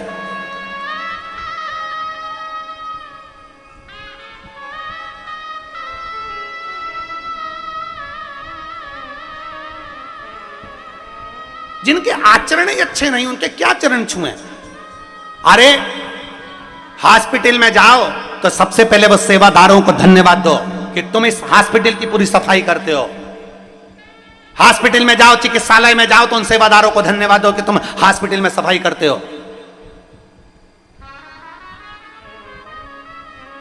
जिस रोड पर कोई घूमना पसंद नहीं कर रहा था कोरोना महामारी में, उसमें पुलिस प्रशासन का एक एक कर्मचारी चौराहे चौराहे पर ड्यूटी दे रहा था। क्या उनके बच्चे नहीं थे? क्या उनकी पत्नी नहीं थी? क्या उनके माता पिता नहीं थे? पर एक एक पुलिसकर्मी ने चौराहे पर खड़े हो होकर सेवा दी है। धन्यवाद देना उन पुलिसकर्मियों को जिन्होंने अपनी ड्यूटी को सही मायने में निभाया है। साधुता इनको दीजिए। जिसका आचरण ठीक ना हो उसके चरण भी मत छुओ। व्यासपीठ भी ये कहती है, आप आचरण अच्छे नहीं है, चरण ना छुए। जिसका आचरण अच्छा है उसके चरण पकड़ लीजिए, उसके चरण पकड़। अपने अंदर अहंकार इतना भर लिया, अपने अंदर क्रोध भर लिया, अपने अंदर आसक्ति भर ली, अपने अंदर तृष्णा भर ली। एक बच्चा अपने दादाजी से पूछा, दादाजी ओ दादाजी। दादाजी बोले, हाँ रे बोल बोल क्या है रे? तो दादाजी से कहा, दादाजी पापा जब भी ड्यूटी पर से आते हैं तुम अपना लेक्चर देना चालू कर देते। पापा ड्यूटी पर से आए और तुमने अपना लेक्चर देना चालू कर। दादाजी ने कहा, मैंने क्या लेक्चर दिया रे? अपनी बाप की वाणी बोल रहा है एक तू भी अपने बाप पर गया। तो पोता बोला, बाप पर तो जाऊंगा, उन्हीं की तो औलाद हूं। मैंने क्या बोला कि दादाजी पिताजी जब भी ड्यूटी से आते हैं तुम लेक्चर देना चालू कर देते हो। गुस्सा मत करे कर, क्रोध मत करा कर, अहंकार मत कर, क्रोध मत कर, क्रोध मत कर, क्रोध मत कर। ये बार बार तुम्हें बोलना चाहिए क्या? अपने अंदर गुस्सा नहीं रखना, अपने अंदर क्रोध नहीं रखना, अपने अंदर अहंकार नहीं रखना। तो इतने में पोता बोला, दादाजी क्या नहीं रखना है, उसमें रखने से क्या होता है? इतने में दादाजी भी चतुर थे, उन्होंने एक झिंगुर उठाया, काकरोच, और दादाजी ने काकरोच उठाकर, झिंगुर उठाकर अपने पोते की शर्ट के अंदर डाल दिया। अब तो पोता बार बार झटका रहे, झिंगुर झिंगुर झिंगुर झिंगुर झिंगुर। अब बैठे तो उसको झिंगुर झिंगुर नजर आ रहा। अब दादाजी मुस्कुरा रहे, पोता परेशान। दादाजी ने कह दिया, ले मैंने झिंगुर निकाल दिया। झिंगुर निकालने का दादाजी ने बोल दिया, पर झिंगुर अंदर ही था, चल रहा था। तो पोता फिर बोला, दादाजी झिंगुर, दादाजी झिंगुर, दादाजी काकरोच काकरोच काकरोच। बहुत देर तक फिर दादाजी ने उसके सामने झिंगुर को निकाल कर पटका। अब बच्चा आराम से बैठा। बस दादाजी ने कहा, बेटा मैं अपने पुत्र को, पोते से कहा, अपने पुत्र को कहता हूं कि अपने अंदर क्रोध मत रख, अपने अंदर अहंकार मत रख। एक झिंगुर, एक काकरोच अंदर चले जाता है तो वो सही से बैठने नहीं देता। अगर अंदर क्रोध और अहंकार चले गया तो जिंदगी में अच्छे से रहने नहीं देगा। एक काकरोच अंदर गया, एक झिंगुर अंदर गया, एक काकरोच हमारे वस्त्र में चले गया तो हमें अच्छे से बैठने नहीं देता। थोड़ी थोड़ी देर में अगर एक छिपकली तुम्हारे बीच में आ जाए तो तुम, अरे भाई छिपकली आई, तुरंत तुम्हें बैठने नहीं देगा। एक काकरोच, एक चीता, एक चींटी, एक झिंगुर तुम्हें बैठने नहीं देता, तुम्हें अच्छे से कथा नहीं सुनने देता, तुम्हें अच्छे से काम नहीं करने देता। तो हमारे भीतर अगर अहंकार भरा होगा, हमारे भीतर क्रोध भरा होगा, हमारे भीतर आसक्ति भरी होगी, हमारे भीतर तृष्णा भरी होगी, हमारे भीतर वासनाएं भरी होंगी, तो हमें क्या अच्छा लगेगा? हम कैसे सुख का जीवन जी सकते हैं? हम कैसे परमात्मा से मिल सकते हैं? हम कैसे शंकर के हो सकते हैं?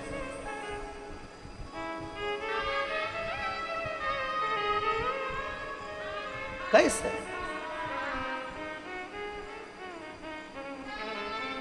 आंधियों में भी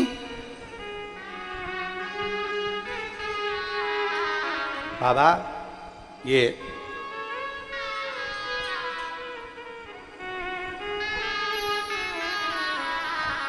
आंधियों में भी हम भी मिट जाए। बाबा आपकी कृपा ऐसी थी कि आपने उन आंधियों में मुझे गिरने गिरने नहीं दिया। ये तेरी कृपा है, ये तेरी करुणा है, ये तेरी दया है, तेरी दया। एक बहन पत्र लिख रही है, डमरू भी भेजा हो। मेरा नाम सरिता बाथम है, मैं इंदौर से आई हूं, मेरा मोबाइल नंबर ये है। कहीं बैठी हैं सरिता जी? अगर कहीं बैठी हो तो हाथ हिलाइएगा। मेरा नाम सरिता बाथम है, मैं इंदौर से आई हूं, मेरा मोबाइल नंबर ये है। दोनों हाथ हिलाओ। हाँ दिख गए, ठीक है, ऐसा हाथ हिला दो। आ जाओ, एक बेलपत्र ले जाना चाहिए।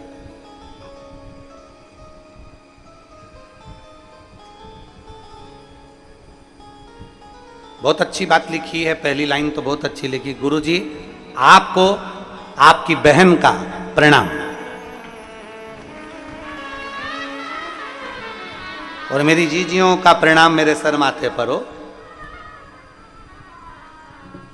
7-8 पंडाल में बैठकर मैं कथा सुन चुकी हूं गुरुजी। पक्षियों को दाना देना, पौधे लगाना, बस ये काम करती रहती हूं।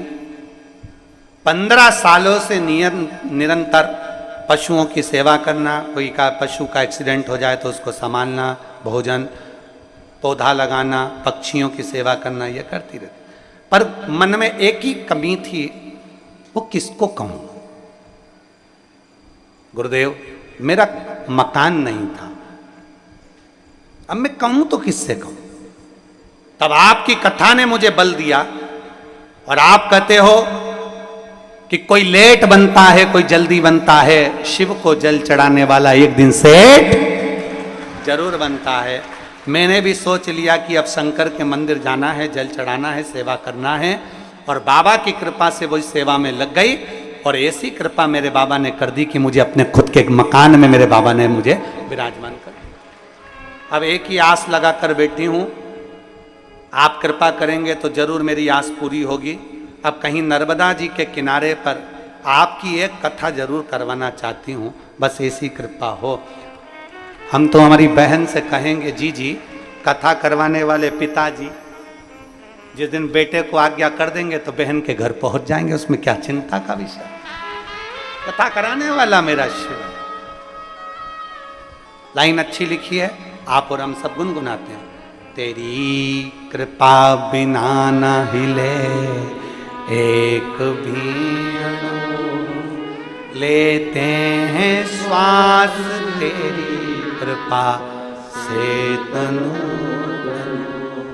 बखान क्या करूं मैं रागों के ढेर का, चपटी भभूत में खजाना कुबेर का। हे गंगाधार मुक्ति द्वार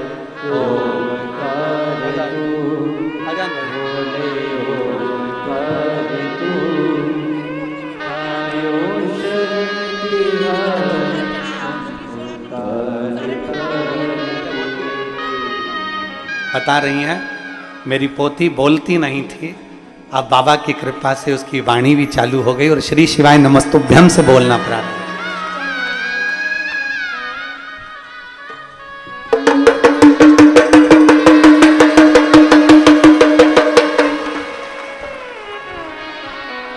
शिव तत्व को पहचान, शंकर ओघड़ी को पहचान।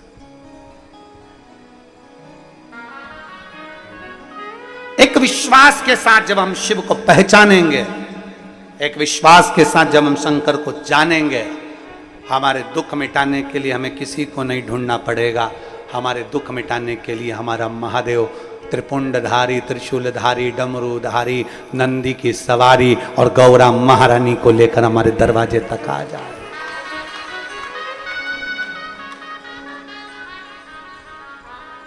आएगा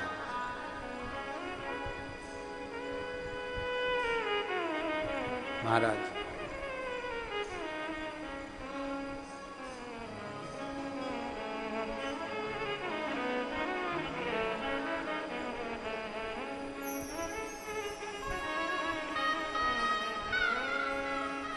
जब वो कहते हैं उम्मीद का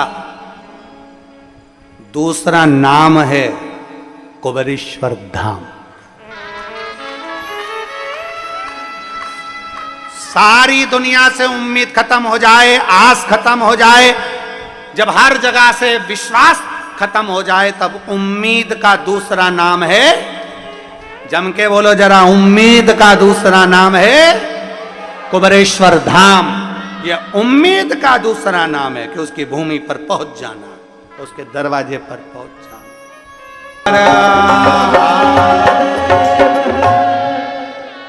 अपने स्थान पर बैठकर भगवान शिव जी से अपने मन की बात बड़े भाव के साथ दिल से बाबा से प्रार्थना करें। जहां जगह मिले वहां बैठकर भगवान देवाधिदेव महादेव से अपने हृदय की बात बड़े भाव के साथ दिल से बाबा से प्रार्थना करें।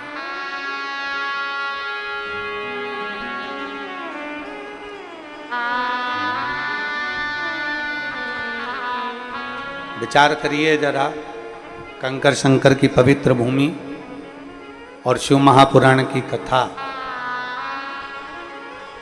और वो भी गुरु पूर्णिमा महोत्सव का एक पवित्र भव्य आयोजन, जिसमें आप और हम बैठकर भगवान शिव से अपने मन की बात करें, दिल से।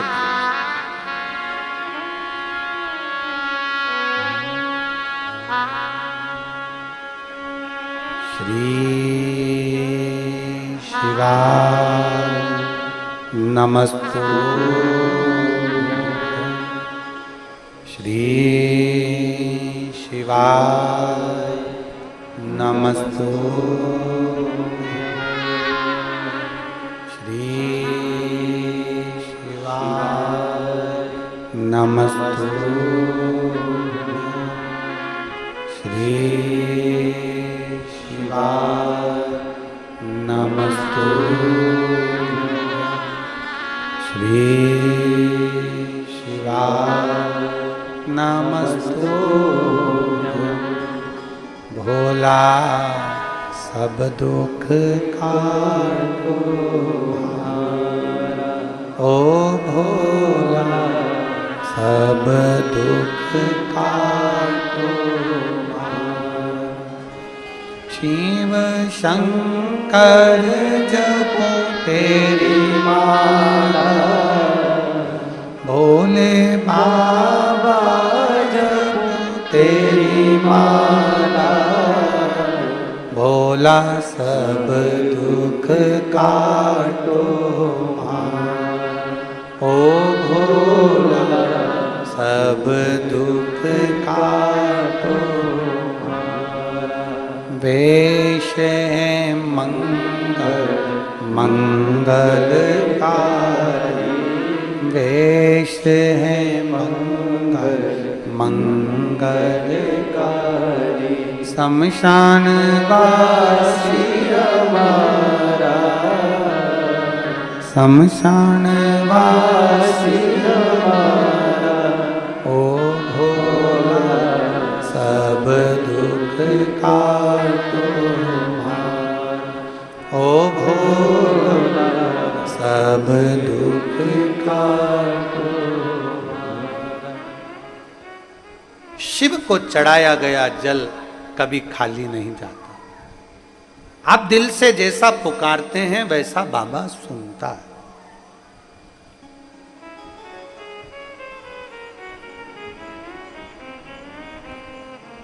रामकृष्ण परमहंस जी ने अपने शिष्य के कहे अनुसार मां जगत जननी से कहा तो सही, बोला, पर दुख समाप्त करने का नहीं, ये कहा कि दुख में आपकी याद बनी।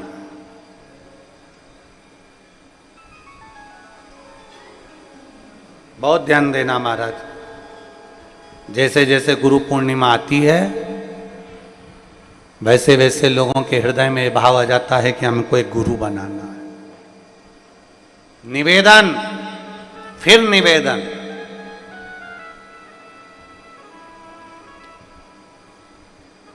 शिव से बड़ा संसार में कोई गुरु नहीं हो सकता, शंकर से बड़ा। जब एक लोटा जल चढ़ाने के लिए जाओ ये 1 लोटा जल तो अभी चढ़ेगा, सावन में कितना जम के जरा 2 लोटा जल। अभी सावन ना लगे जब तक 1 लोटा, फिर सावन में 2 लोटा, क्योंकि चातुर्मास के अंतर्गत सावन के महीने में भक्ति दुगनी करो, जल दुगना करो, मंत्र जाप दुगना करो, स्मरण दुगना, श्री शिवाय नमस्तुभ्यम दुगना करें। किसी भी शंकर के मंदिर में जाओ, अपन तो जप रहे हैं, बीच में एक आध बार जरा जम के मंदिर में भी श्री शिवाय नमस्तुभ्यम, अपन तो जप रहे हैं, साथ में 10 लोगों के कान में भी अगर मंत्र पहुंच गया तो आपका भी जीवन कल्याण और उनका भी जीवन। जपो।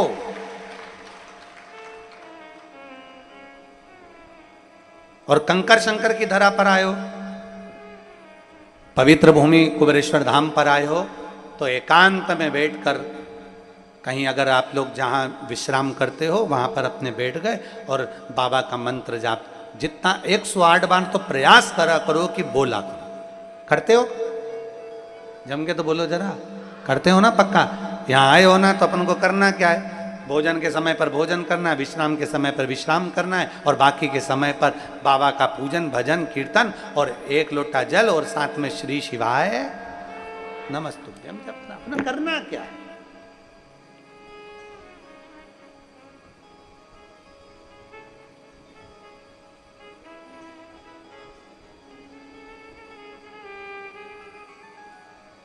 केवल 1 लोटा जल का स्मरण करो और शिव भक्ति में रमे रहो।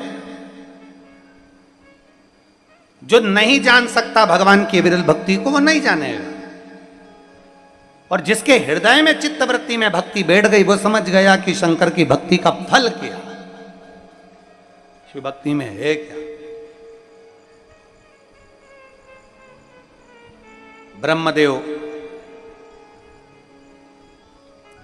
भगवान शिव को, ब्रह्मदेव भगवान शंकर को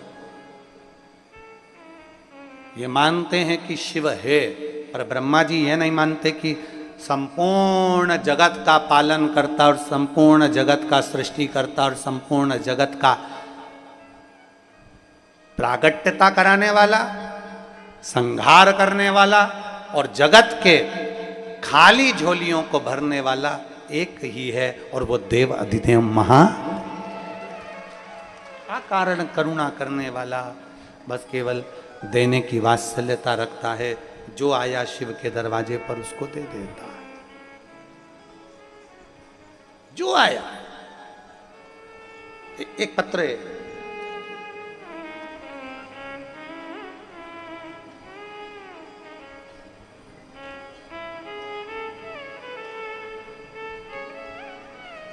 गजेंद्र सिंह सिसोदिया, केसर सिंह सिसोदिया, निवासी केसरिया जी, ऋषभ देव, जिला उदयपुर, राजस्थान से आए हैं। कहीं बैठे हो तो हाथ हिला सकते हैं। हाँ ठीक दिख गए, एक बार दोनों हाथ हिला दीजिए। श्री शिवाय नमस्तुभ्यम। आ जाओ, एक बेलपत्र लेकर चले जाना, आ जाइए। मैं गजेंद्र सिंह सिसोदिया, सन ऑफ केसर सिंह सिसोदिया, निवासी केसरिया जी, ऋषभ देव, जिला उदयपुर, राजस्थान। मोबाइल नंबर मेरा ये है। शिव जी के 1 लोटे जल का मैं क्या वर्णन करूं गुरुदेव। जब उज्जैन में 5 अप्रैल 2023 को शिव महापुराण की कथा हो रही थी, तब मेरी माँ पूरे परिवार को लेकर उज्जैन में आए। तब हमारे पूरे परिवार ने 6 दिन तक उज्जैन की कथा पंडाल में बैठकर श्रवण करी। गला पकड़ रहा है, पंडाल में बैठकर श्रवण करी। गुरुजी, आज सबसे बड़ा प्रसंग देखिए इस पत्र में कि इस बेटे ने अपने अवगुण बाबा के सामने लिखे। दुनिया में लोग अपने गुण लिखते हैं, पर इसने अपना अवगुण लिखा। एक बार जोरदार ताली बजाओ उस बच्चे को। मैं 25 साल से शराब पीता था। 25 साल से मैं शराब पीता था और मेरा पूरा परिवार बहुत दुखी था। पर 5 अप्रैल 2023 की कथा सुनी। 7 अप्रैल 2023 के दिन मैंने पंडाल में बैठकर आपकी वाणी से जब कथा सुनी, उसी दिन मैंने उस भूमि को प्रणाम कर कर कह दिया कि शंकर जी की इस कथा को मैं प्रमाण कर कर कहता हूं कि आज के बाद कभी शराब नहीं छूंगा। और 25 साल तक मैंने लगातार शराब पी, मेरा पूरा घर दुखी था। पर गुरुदेव आज आपके इस वाणी से मेरी 25 साल की शराब को छुड़वा दिया। मैं इसलिए बाबा को यहां नमन करने के लिए आया हूं। मेरा पूरा परिवार आज सुखी हो गया, इसलिए मैं आपको प्रणाम करने आया हूं। आ जाओ। इस बेटे ने अपना अवगुण लिखा कि मेरा ये अवगुण था। आपने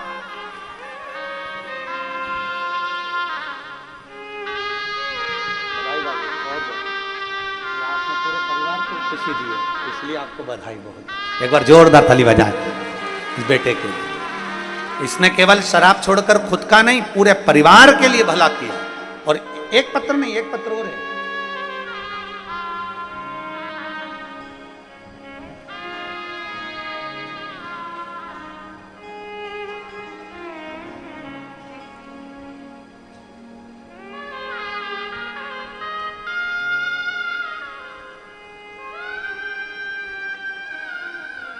नीता ठाकुर, पत्नी श्री प्रेम सिंह ठाकुर, पठानकोट पंजाब से आई हूँ। कहीं बैठी हो तो हाथ हिला सकती हैं। आप ही है। श्री शिवाय नमस्तुभ्यम। आ जाओ, एक बेलपत्र लेकर चले जाना। प्रमोद सिंह जी भी आए हैं क्या साथ में? आए हैं? हाथ उठाओ। आइए, आप भी पधारो। एक लोटे जल का मैं क्या वर्णन करूं गुरुदेव, मेरे पास कोई शब्द नहीं है शिव महापुराण के लिए। मेरा तो जीवन ही पूरा मेरे बाबा ने बदल दिया। गुरुजी, मेरे पति बहुत शराब का नशा करते थे। उनकी शराब सारा परिवार को दुख देती थी। इतने तकलीफ में जिंदगी चल रही थी कि हम लोग बहुत दुखी हो गए थे। तब आपकी कथा पंजाब में हुई, और पंजाब में जब आपकी कथा हुई तब हमने उस कथा में बाबा से विनती करी और वहीं से पशुपतिनाथ का व्रत उठा लिया। गुरुदेव, आप कहते हो ना कि पंडाल में बैठकर कथा सुनो तो बाबा कुछ ना कुछ जरूर देता है। हमने पंडाल में, पंजाब के पंडाल में बैठकर कथा सुनी और बाबा से विनती करी। आज मैं बाबा को धन्यवाद देने के लिए आई हूँ कि भटिंडा में जब आपने कथा कही थी, उस कथा में मैंने बाबा से मांगा था और मेरे पति के लिए कि बस इनकी शराब छूट जाए। और बाबा की ऐसी कृपा हुई गुरुदेव कि भटिंडा पंजाब में कथा सुन के चौथा दिन ही हुआ और मेरे पति ने शराब छोड़ दी और आज तक उन्होंने शराब को हाथ नहीं लगाया। मैं बाबा को धन्यवाद देती हूँ। आइए पधारिए। साधुता में गुरुजी, गला पकड़ रहा है बेटा, खींच कर बोलना पड़ रहा है, बहुत ज्यादा खींच खींच के बोलना पड़ रहा है कथा को। मैं बाबा को धन्यवाद देती हूं और प्रणाम करती हूं। एक बार जोरदार ताली बजाएं।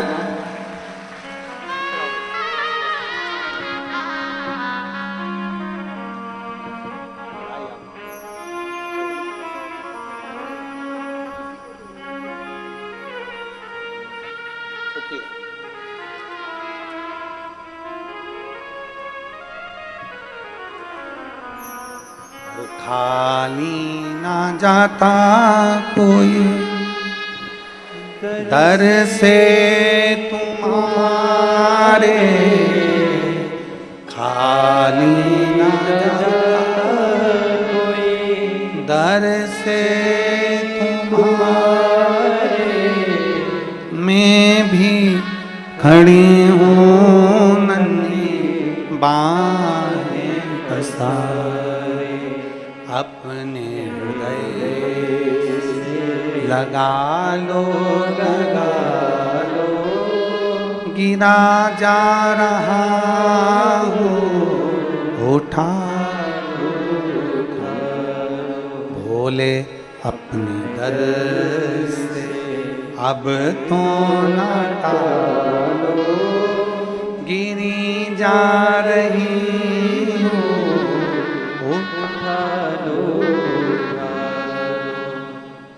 ब्रह्मा जी विश्वास नहीं कर पाए भगवान शंकर की अविरल भक्ति पर।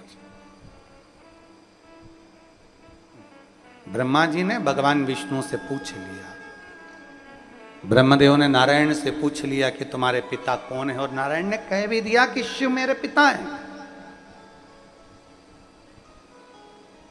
शंकर मेरे पिता हैं। ये भगवान नारायण ने कह दिया कि शिव मेरे पिता हैं, पर ब्रह्मा जी माने कैसे?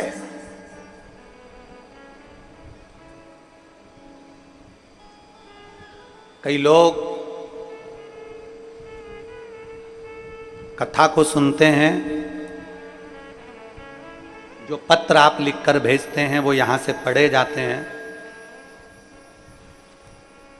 कई लोगों के मन में विश्वास जागृत नहीं हो पाता होगा कि क्या इतने इतने पत्र ढेर लग जाते हैं, क्या इतना इतना लोगों का कार्य हो जाता है। और सियोर वाला महाराज तो ना तो मिलता है, ना बात होती है, ना कोई मुलाकात होती है, केवल कथा कही, अपने कक्ष में गए, भगवत भजन करा। हमारा आप लोगों से निवेदन है कि कक्ष से आए, कथा कही, उस कथा पर आपने कितना भरोसा करा, उस कथा पर आपने कितना विश्वास किया, शंकर जी के मंदिर में कितना जानना चालू करा, ये सारे पत्र आपके हैं, आपके भरोसे के हैं, आपके विश्वास के हैं।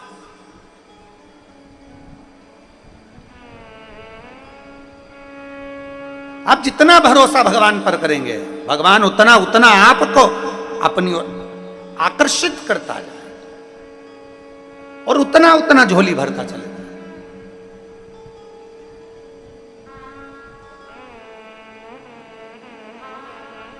ब्रह्मा जी को विश्वास नहीं हुआ, ब्रह्मा जी के मन में भरोसा जागृत नहीं हुआ। क्या भगवान नारायण के पिता क्या भगवान शंकर है?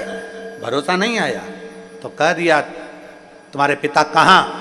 एक पर्वत को घुमाया, पर्वत को घुमाते घुमाते घुमाते घुमाते उसमें एक शिवलिंग की आकृति प्रकट हो गई, और एक शिवलिंग प्रकट हो गया ब्रह्मा जी और भगवान विष्णु के। उस पर्वत को घुमाने से भगवान शंकर की एक आकृति प्रकट हो गई। प्रथम शिवलिंग का निर्माण, लोग कहते हैं शिवरात्रि के दिन भगवान शंकर का मंगल विवाह हुआ। मंगल विवाह हुआ वो अपनी जगह पर है, पर भगवान शंकर के शिवलिंग का प्रागट्य भी शिवरात्रि के दिन ही हुआ।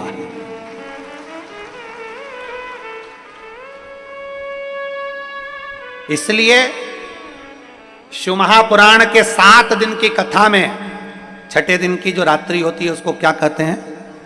शिवरात्रि। 5 दिन की कथा में चौथे दिन की रात्रि होती है, वो शिवरात्रि कहलाती है। आप और हम पंडाल में बैठकर भगवान से जो विनय करते हैं, भगवान उसको स्वीकार करता। पहले के लोग जब तक शिव महापुराण की कथा सब लोगों ने नहीं सुन रखी थी, तब पहले केवल एक ही शिवरात्रि पर लोग भगवान शंकर की पूजन करते थे। कौन सी शिवरात्रि? महाशिवरात्रि। बोलो सही है कि गलत है? पहले लोग नहीं जानते थे, तो केवल एक शिवरात्रि पर लोग शंकर जी की पूजन करते थे। धीरे धीरे लोगों को मालूम पड़ा कि हर महीने शिवरात्रि आती है, मासिक शिवरात्रि आती है, और सावन के महीने में एक शिवरात्रि ऐसी आती है जिस दिन भगवान शंकर का अगर अभिषेक किया जाए, अर्चना करी जाए, तो भगवान शिव अपने मन से संसार के लोगों की झोलियां भर देते हैं। वो शिवरात्रि भी सावन के महीने। दुनिया के लोगों को धीरे धीरे धीरे धीरे मालूम पड़ा, ये गूंज कम करो। भगवान शंकर के इस पवित्र शिवरात्रि का आनंद दुनिया के लोगों को जागृत हो गया। प्रत्येक शिवरात्रि, हर महीने की शिवरात्रि, और चाहो तो कथा के मध्य में आने वाली भगवान शंकर की छठी रात्रि शिवरात्रि, उसका स्मरण आप और हमारे जीवन में होता है। उसका फल कितना है? एक पत्र देखिए,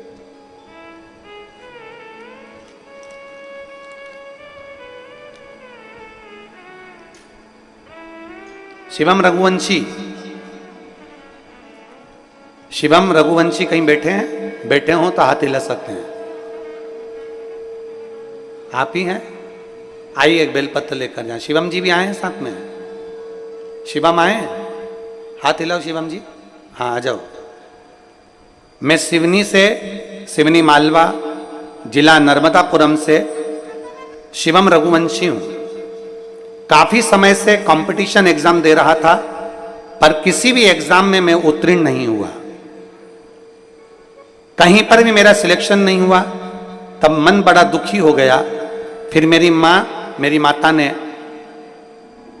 आपके मुख से सुना हुआ गन्ने के रस वाला उपाय बताया, और मेरी मम्मी ने मुझसे कहा कि सियोर वाला महाराज कहते हैं कि बहुत मेहनत कर, अभी तक जितने कंपटीशन एग्जाम में तू बैठा है उससे ज्यादा मेहनत कर कर इस एग्जाम में बैठना। और गन्ने का रस वाला प्रयोग मेरी मम्मी ने मेरे हाथों से करवाया।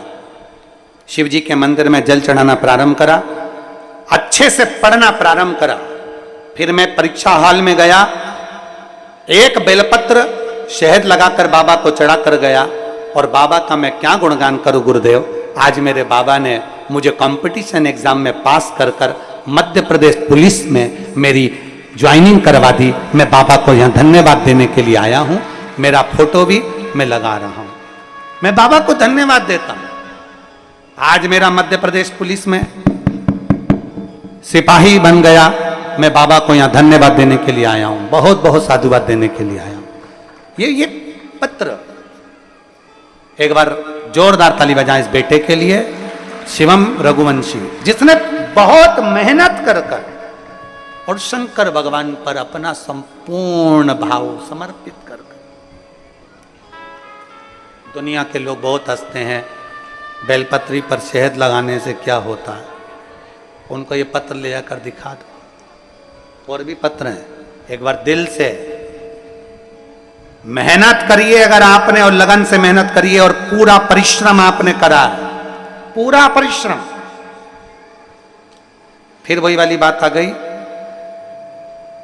थोड़ी मेहनत हाथ की है, बाकी की कृपा, जम के तो बोलो जरा, बाकी की कृपा भोले नाथ की है। आप जितनी लगन से, जितने परिश्रम से मेहनत कर सकते हो, उतने परिश्रम से करो, उतने परिश्रम से।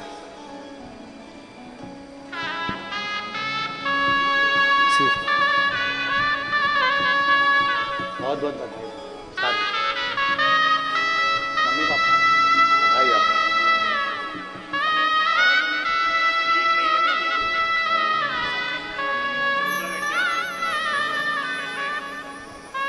बेटा कह रहा है पापा को कैंसर हो गया था।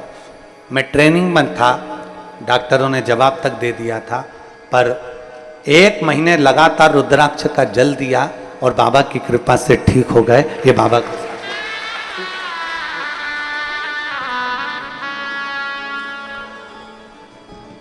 और रिश्ता मेरा सबसे,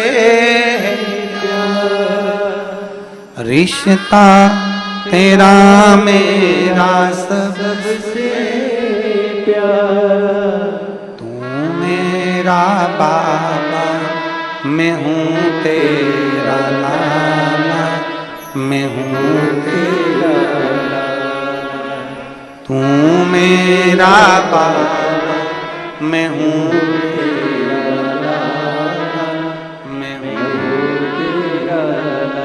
एक विश्वास अपने अंदर जागृत करिए, एक भरोसा अपने अंदर जागृत करिए।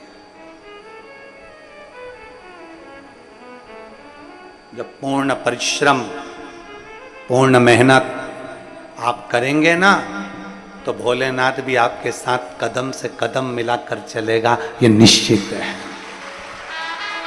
मेहनत करो ही नहीं और फिर सोचो कि हम भगवान हमारा भला कर दे। अगर मेहनत करो ही नहीं और फिर सोचो कि भगवान कुछ अच्छा कर दे, तो नहीं। मेहनत आपको करना पड़ेगी, संघर्ष आपको करना पड़ेगा, परिश्रम आपको करना पड़ेगा, पढ़ना आपको पड़ेगा, विद्याध्ययन आपको करना पड़ेगा, कंपटीशन एग्जाम में आपको बैठना पड़ेगा, और पूर्ण मेहनत के साथ, पूर्ण परिश्रम के साथ।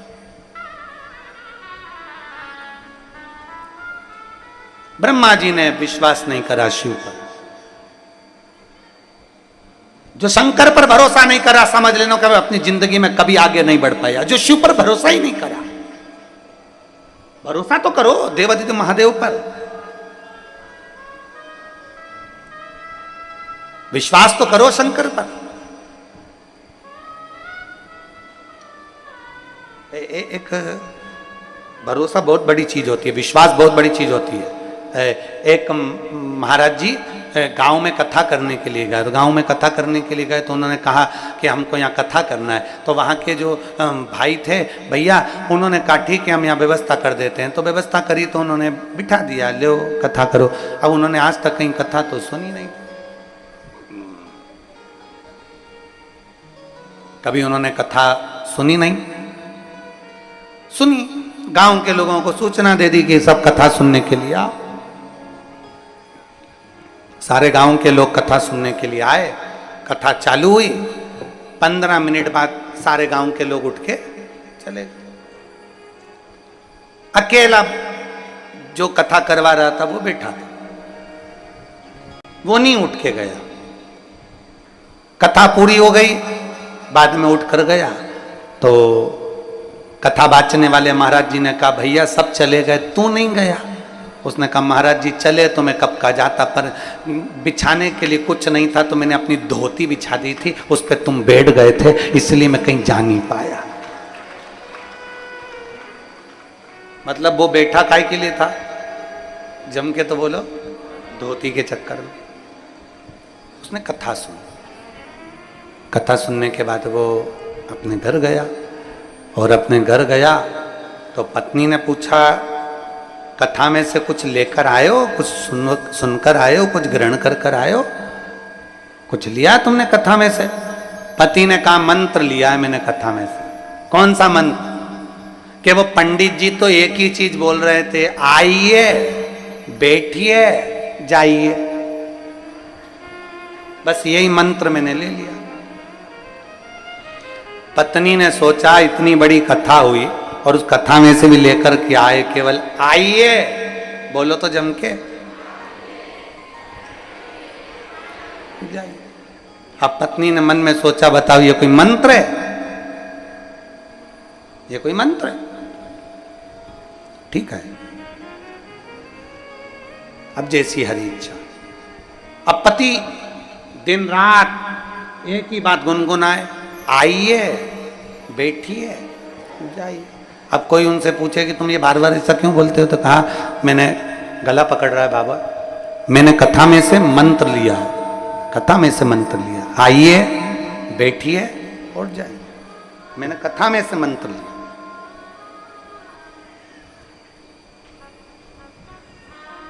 कथा का एक शब्द भी अगर हमने पकड़ कर रखा है तो वो हमें फल जरूर देता है। एक शब्द भी।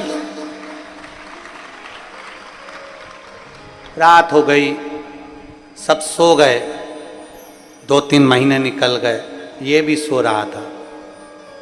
इसको मंत्र ऐसा रटा गया था कि ये नींद में भी चिल्लाता था। अब एक चोर इसके घर में प्रवेश कर गया और ये नींद में चिल्ला दिया, आइए। चोर को लगा इसने देख लिया, जाने लगा, बैठिए। चोर ने सोचा अब तो बैठना ही पड़ेगा, बैठ गया। इस चोर को लगा कि इतना मान सम्मान दे रहा है मेरे जैसे चोटे, आज तक किसने मेरे को जब भी मान सम्मान दिया तो जूते से दिया, पर ये पहला ऐसा मिला है जो बोल रहा है आइए बैठिए, और अब बाद में बोल रहा है कि जाइए। तो उसने तुरंत उसको उठाया और उठाकर कहा भैया ये तुम्हारे घर का मैंने सोना चुराया था, ये लीजिए।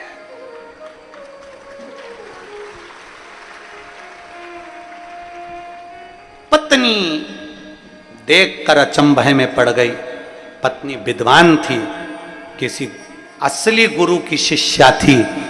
पत्नी ने अपने पति से कहा गजब का मंत्र लेकर आए हो तुम अपने गुरु से, कथा में से जो सुनकर आए वो साधारण नहीं है।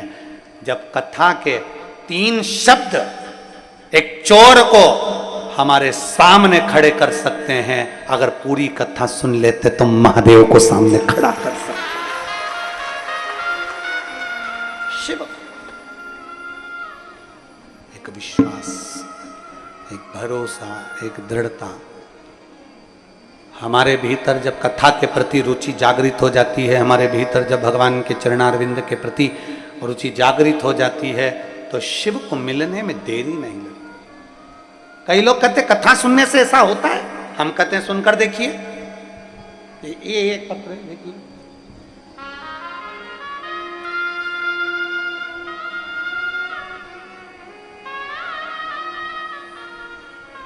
मोनिका कुमारी लक्ष्मी नगर जयपुर राजस्थान से आई हैं। कहीं बैठी हो तो हाथ हिला सकती है। मोनिका कुमारी कहीं बैठी हो तो हाथ हिला सकती है। मोनिका कुमारी लक्ष्मी नगर जयपुर राजस्थान से हूं, मेरा मोबाइल नंबर ये है। कहीं बैठी हो तो हाथ हिला सकती है। आ जाइए, आ जाओ, एक बेलपत्र ले जाना, आ जाइए। मोनिका कुमारी लक्ष्मी नगर जयपुर राजस्थान से हूं। मेरी मम्मी ने खाना पीना सब छोड़ दिया था। उनको भोजन अच्छा नहीं लग रहा था, बहुत तकलीफ उनको हो रही थी। तब हमने जांच कराई और जांच में उनको कैंसर आया, और कैंसर भी 3rd स्टेज का आया। सब लोग घबरा गए। डॉक्टर ने कह दिया इनके गले में आंत की नली में ये कैंसर पूरा फैल चुका है, इनकी जो गांठ है वो पूरे गले के अंतर्गत फैल गई है। तब डॉक्टर ने कहा कि इनका ऑपरेशन तुरंत करना पड़ेगा। ऑपरेशन का नाम सुना तो मेरी मम्मी घबरा गई, और कैंसर जैसी बीमारी को देख सुनकर बड़ा दुख होने लगा। तभी मेरे परिवार वालों ने कहा कि टीवी पर कथा आती है, उसको सुनो। हमने एक दिन की कथा सुनी और हम भरोसा कर बाबा पर कुबरेश्वर धाम आ गए। यहां रुद्राक्ष लिया और रुद्राक्ष लेकर हम घर चले गए। उसको तांबे के कलश में गलाते, शिवजी को जल चढ़ाते, और वही जल हमने मम्मी को पिलाना प्रारंभ करा। डॉक्टर ने तो ऑपरेशन का कह दिया था, पर बाबा की ऐसी कृपा हुई कि हमने 1.5 महीने तक केवल रुद्राक्ष का जल दिया, और बाबा की कृपा से फिर वापस हमारी मम्मी की जांच प्रारंभ हुई और सारी रिपोर्ट कैंसर की नील आ गई। हम बाबा को धन्यवाद देने के लिए आए। ये भगवान शिव की अविरल भक्ति। मोनिका कुमारी लक्ष्मी नगर जयपुर राजस्थान, मेरा मोबाइल नंबर ये है। एक विश्वास, ब्रह्मा जी विश्वास नहीं कर पाए, ब्रह्मदेव भरोसा नहीं कर पाए।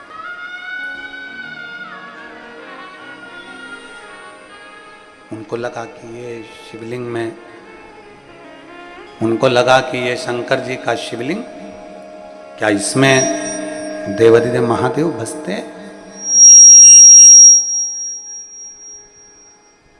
भरोसा नहीं कर पाए, विश्वास नहीं कर पाए।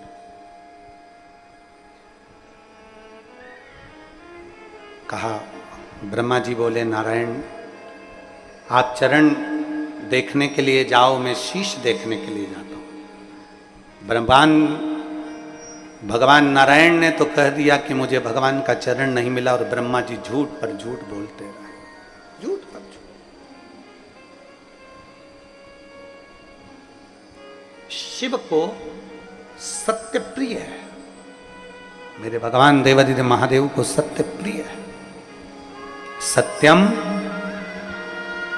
आगे बोलो आप लोग, शिवम सुंदर। जिसकी जिंदगी में सत्य सम्मुख में आ जाता है उसको शिव मिल जाता है, और जिसको शिव मिल गया उसका जीवन अपने आप सुंदर हो जाता है। सत्यम शिवम। मम्मी आई है, ठीक हो? आराम, ऑपरेशन तो नहीं करना। बेटी कह रही हैं मम्मी का पूरी रिपोर्ट नॉर्मल आ गई, इसलिए हम बाबा को यहाँ प्रणाम करने के लिए।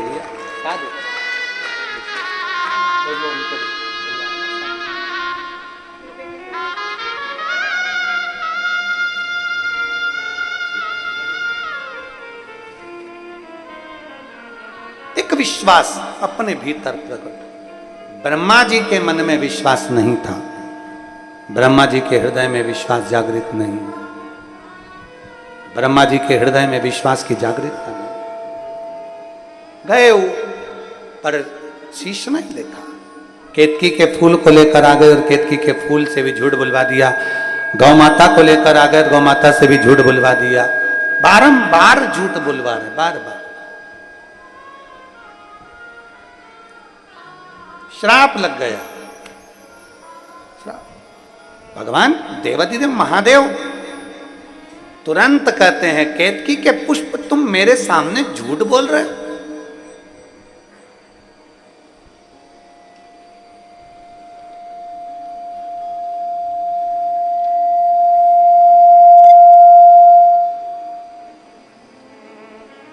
केतकी के पुष्प तुम मेरे सम्मुख में झूठ बोल रहे हो।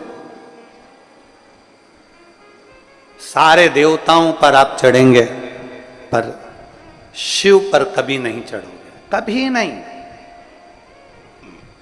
गौ माता तू झूठ बोल रही है।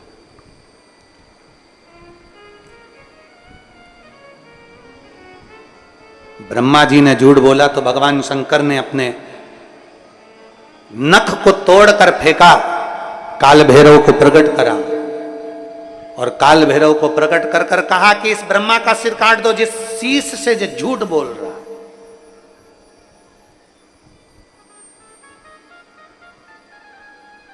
ब्रह्मा जी का शीश कटा, शीश लुढ़कता लुढ़कता लुढ़कता लुढ़कता गया, रक्त से कर्मनाशा नदी प्रकट हो गई।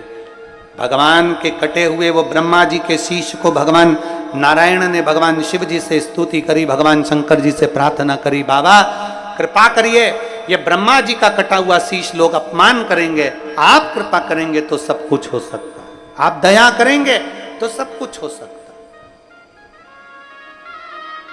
और कृपा की ना हो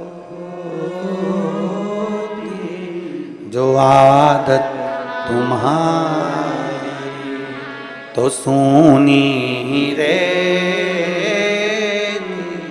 अदालत तुम्हारी, गरीबों के दिल में जो जगह तुम न पाते तो किस दिल में होती इबादत तुम्हारी, दया की न हो जो आदत तुम्हारी। आप कृपा नहीं करेंगे तो कौन कृपा करेगा, आप दया नहीं करेंगे तो कौन दया करेगा, आप करुणा नहीं करेंगे तो कौन करुणा करेगा।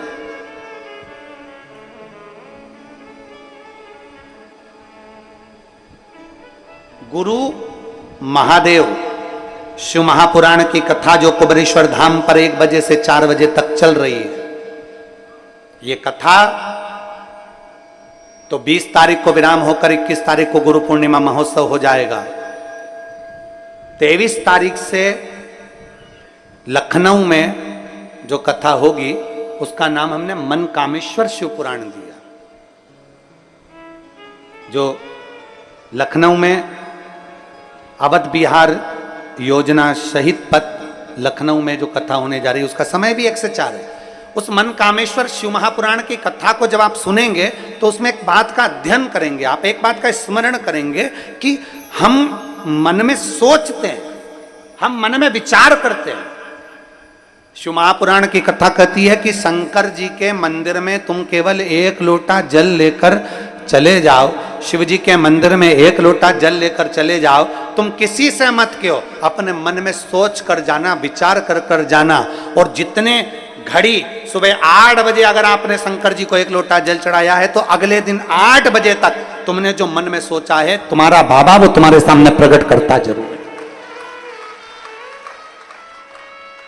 24 घंटे भी नहीं होने देता वो। तुमने जो मन में सोच लिया, तुमने जो मन में विचार कर लिया, इसलिए तो उसका नाम मन कामेश्वर महादेव। एक नाम है शंकर जी का, मन कामेश्वर महादेव। जो सोचो वो सम्मुख में, जो विचार करा वो सम्मुख में, जो सोच लिया वो सामने। आप कृपा नहीं करेंगे तो कौन करेगा? जो विचार करा वो तुम्हारे सामने। एक बहन ने पत्र लिखा,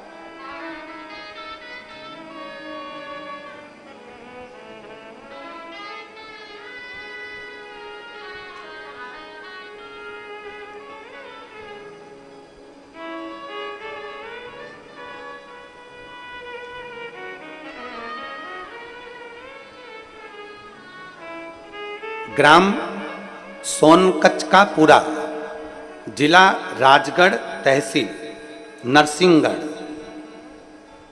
नाम है विक्राम मीणा। मोबाइल नंबर ये, कहीं बैठी हैं, कहीं बैठे हो तो हाथ हिलाएं। नाम है विक्राम मीणा, मोबाइल नंबर ये, ग्राम सोनकच का पूरा, जिला राजगढ़, तहसील नरसिंहगढ़। कहीं बैठी हो तो हाथ हिला सकते हैं। आप ही हैं? हाथ हिलाओ एक बार। श्री शिवाय नमस्तु। आ जाओ, एक बेलपत्र लेकर चले। गुरुजी मैं क्या वर्णन करूं एक लोटे जल का।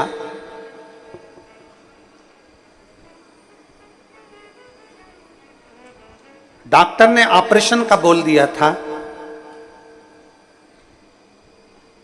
जीभ में कैंसर बता दिया था, और डॉक्टर ने कह दिया कि ऑपरेशन कराना जरूरी है। जीभ का घाव इतना बड़ा हो गया था कि डॉक्टर भी आश्चर्य में पड़ गया कि इसका घाव ऑपरेशन से भी ठीक होगा कि नहीं होगा। डॉक्टर ने उसकी जवाबदारी नहीं ली। तब हमने सोचा जब डॉक्टर जवाबदारी नहीं ले रहा तो हम महादेव पर भरोसा करें। हम आए सीहोर, रुद्राक्ष लिया, तांबे के कलश में गलाना प्रारंभ करा, शिव जी को चढ़ाना प्रारंभ करा और उस जल को पीना प्रारंभ कर दिया। गांव के लोग मुझे देखकर हंसते थे कि अब कैंसर जैसी बीमारी क्या ठीक हो सकती है। घाव बड़ा हो गया था, जीभ पर बहुत बड़ा घाव था। डॉक्टर ने कह दिया था कि ये इसका कोई ऑपरेशन भी सफल नहीं होगा। पर मेरे बाबा का जल एक भरोसा कर कर, विश्वास कर कर पीता रहा, और दूसरी बार जांच कराने के लिए डॉक्टर के पास गया तो डॉक्टर कहते हैं तुम्हारा घाव भरा चुका है, अब घाव नहीं। मैं शिव पर शायद जिंदगी में इतना भरोसा नहीं करा था जितना भरोसा मैंने मेरे बाबा पर आज किया। शिव तत्व की प्राप्ति का केंद्र बिंदु है शंकर। विश्वास, भरोसा, दृढ़ता, शिव के प्रति जागृत हो। कहते हैं अगर शंकर जी के मंदिर में एक लोटा जल, अपने अपने नजदीक में जो शिवालय हो, अपने घर के पास में जो शंकर का मंदिर हो, बच्चों की आदत डाल दो, बुजुर्गों की आदत डाल दो, घर के व्यक्ति की आदत डाल दो कि प्रतिदिन मंदिर में जाए, जो मन में सोचा है वो बाबा देगा जरूर। उसका नाम मन कामेश्वर महादेव। सुनता है,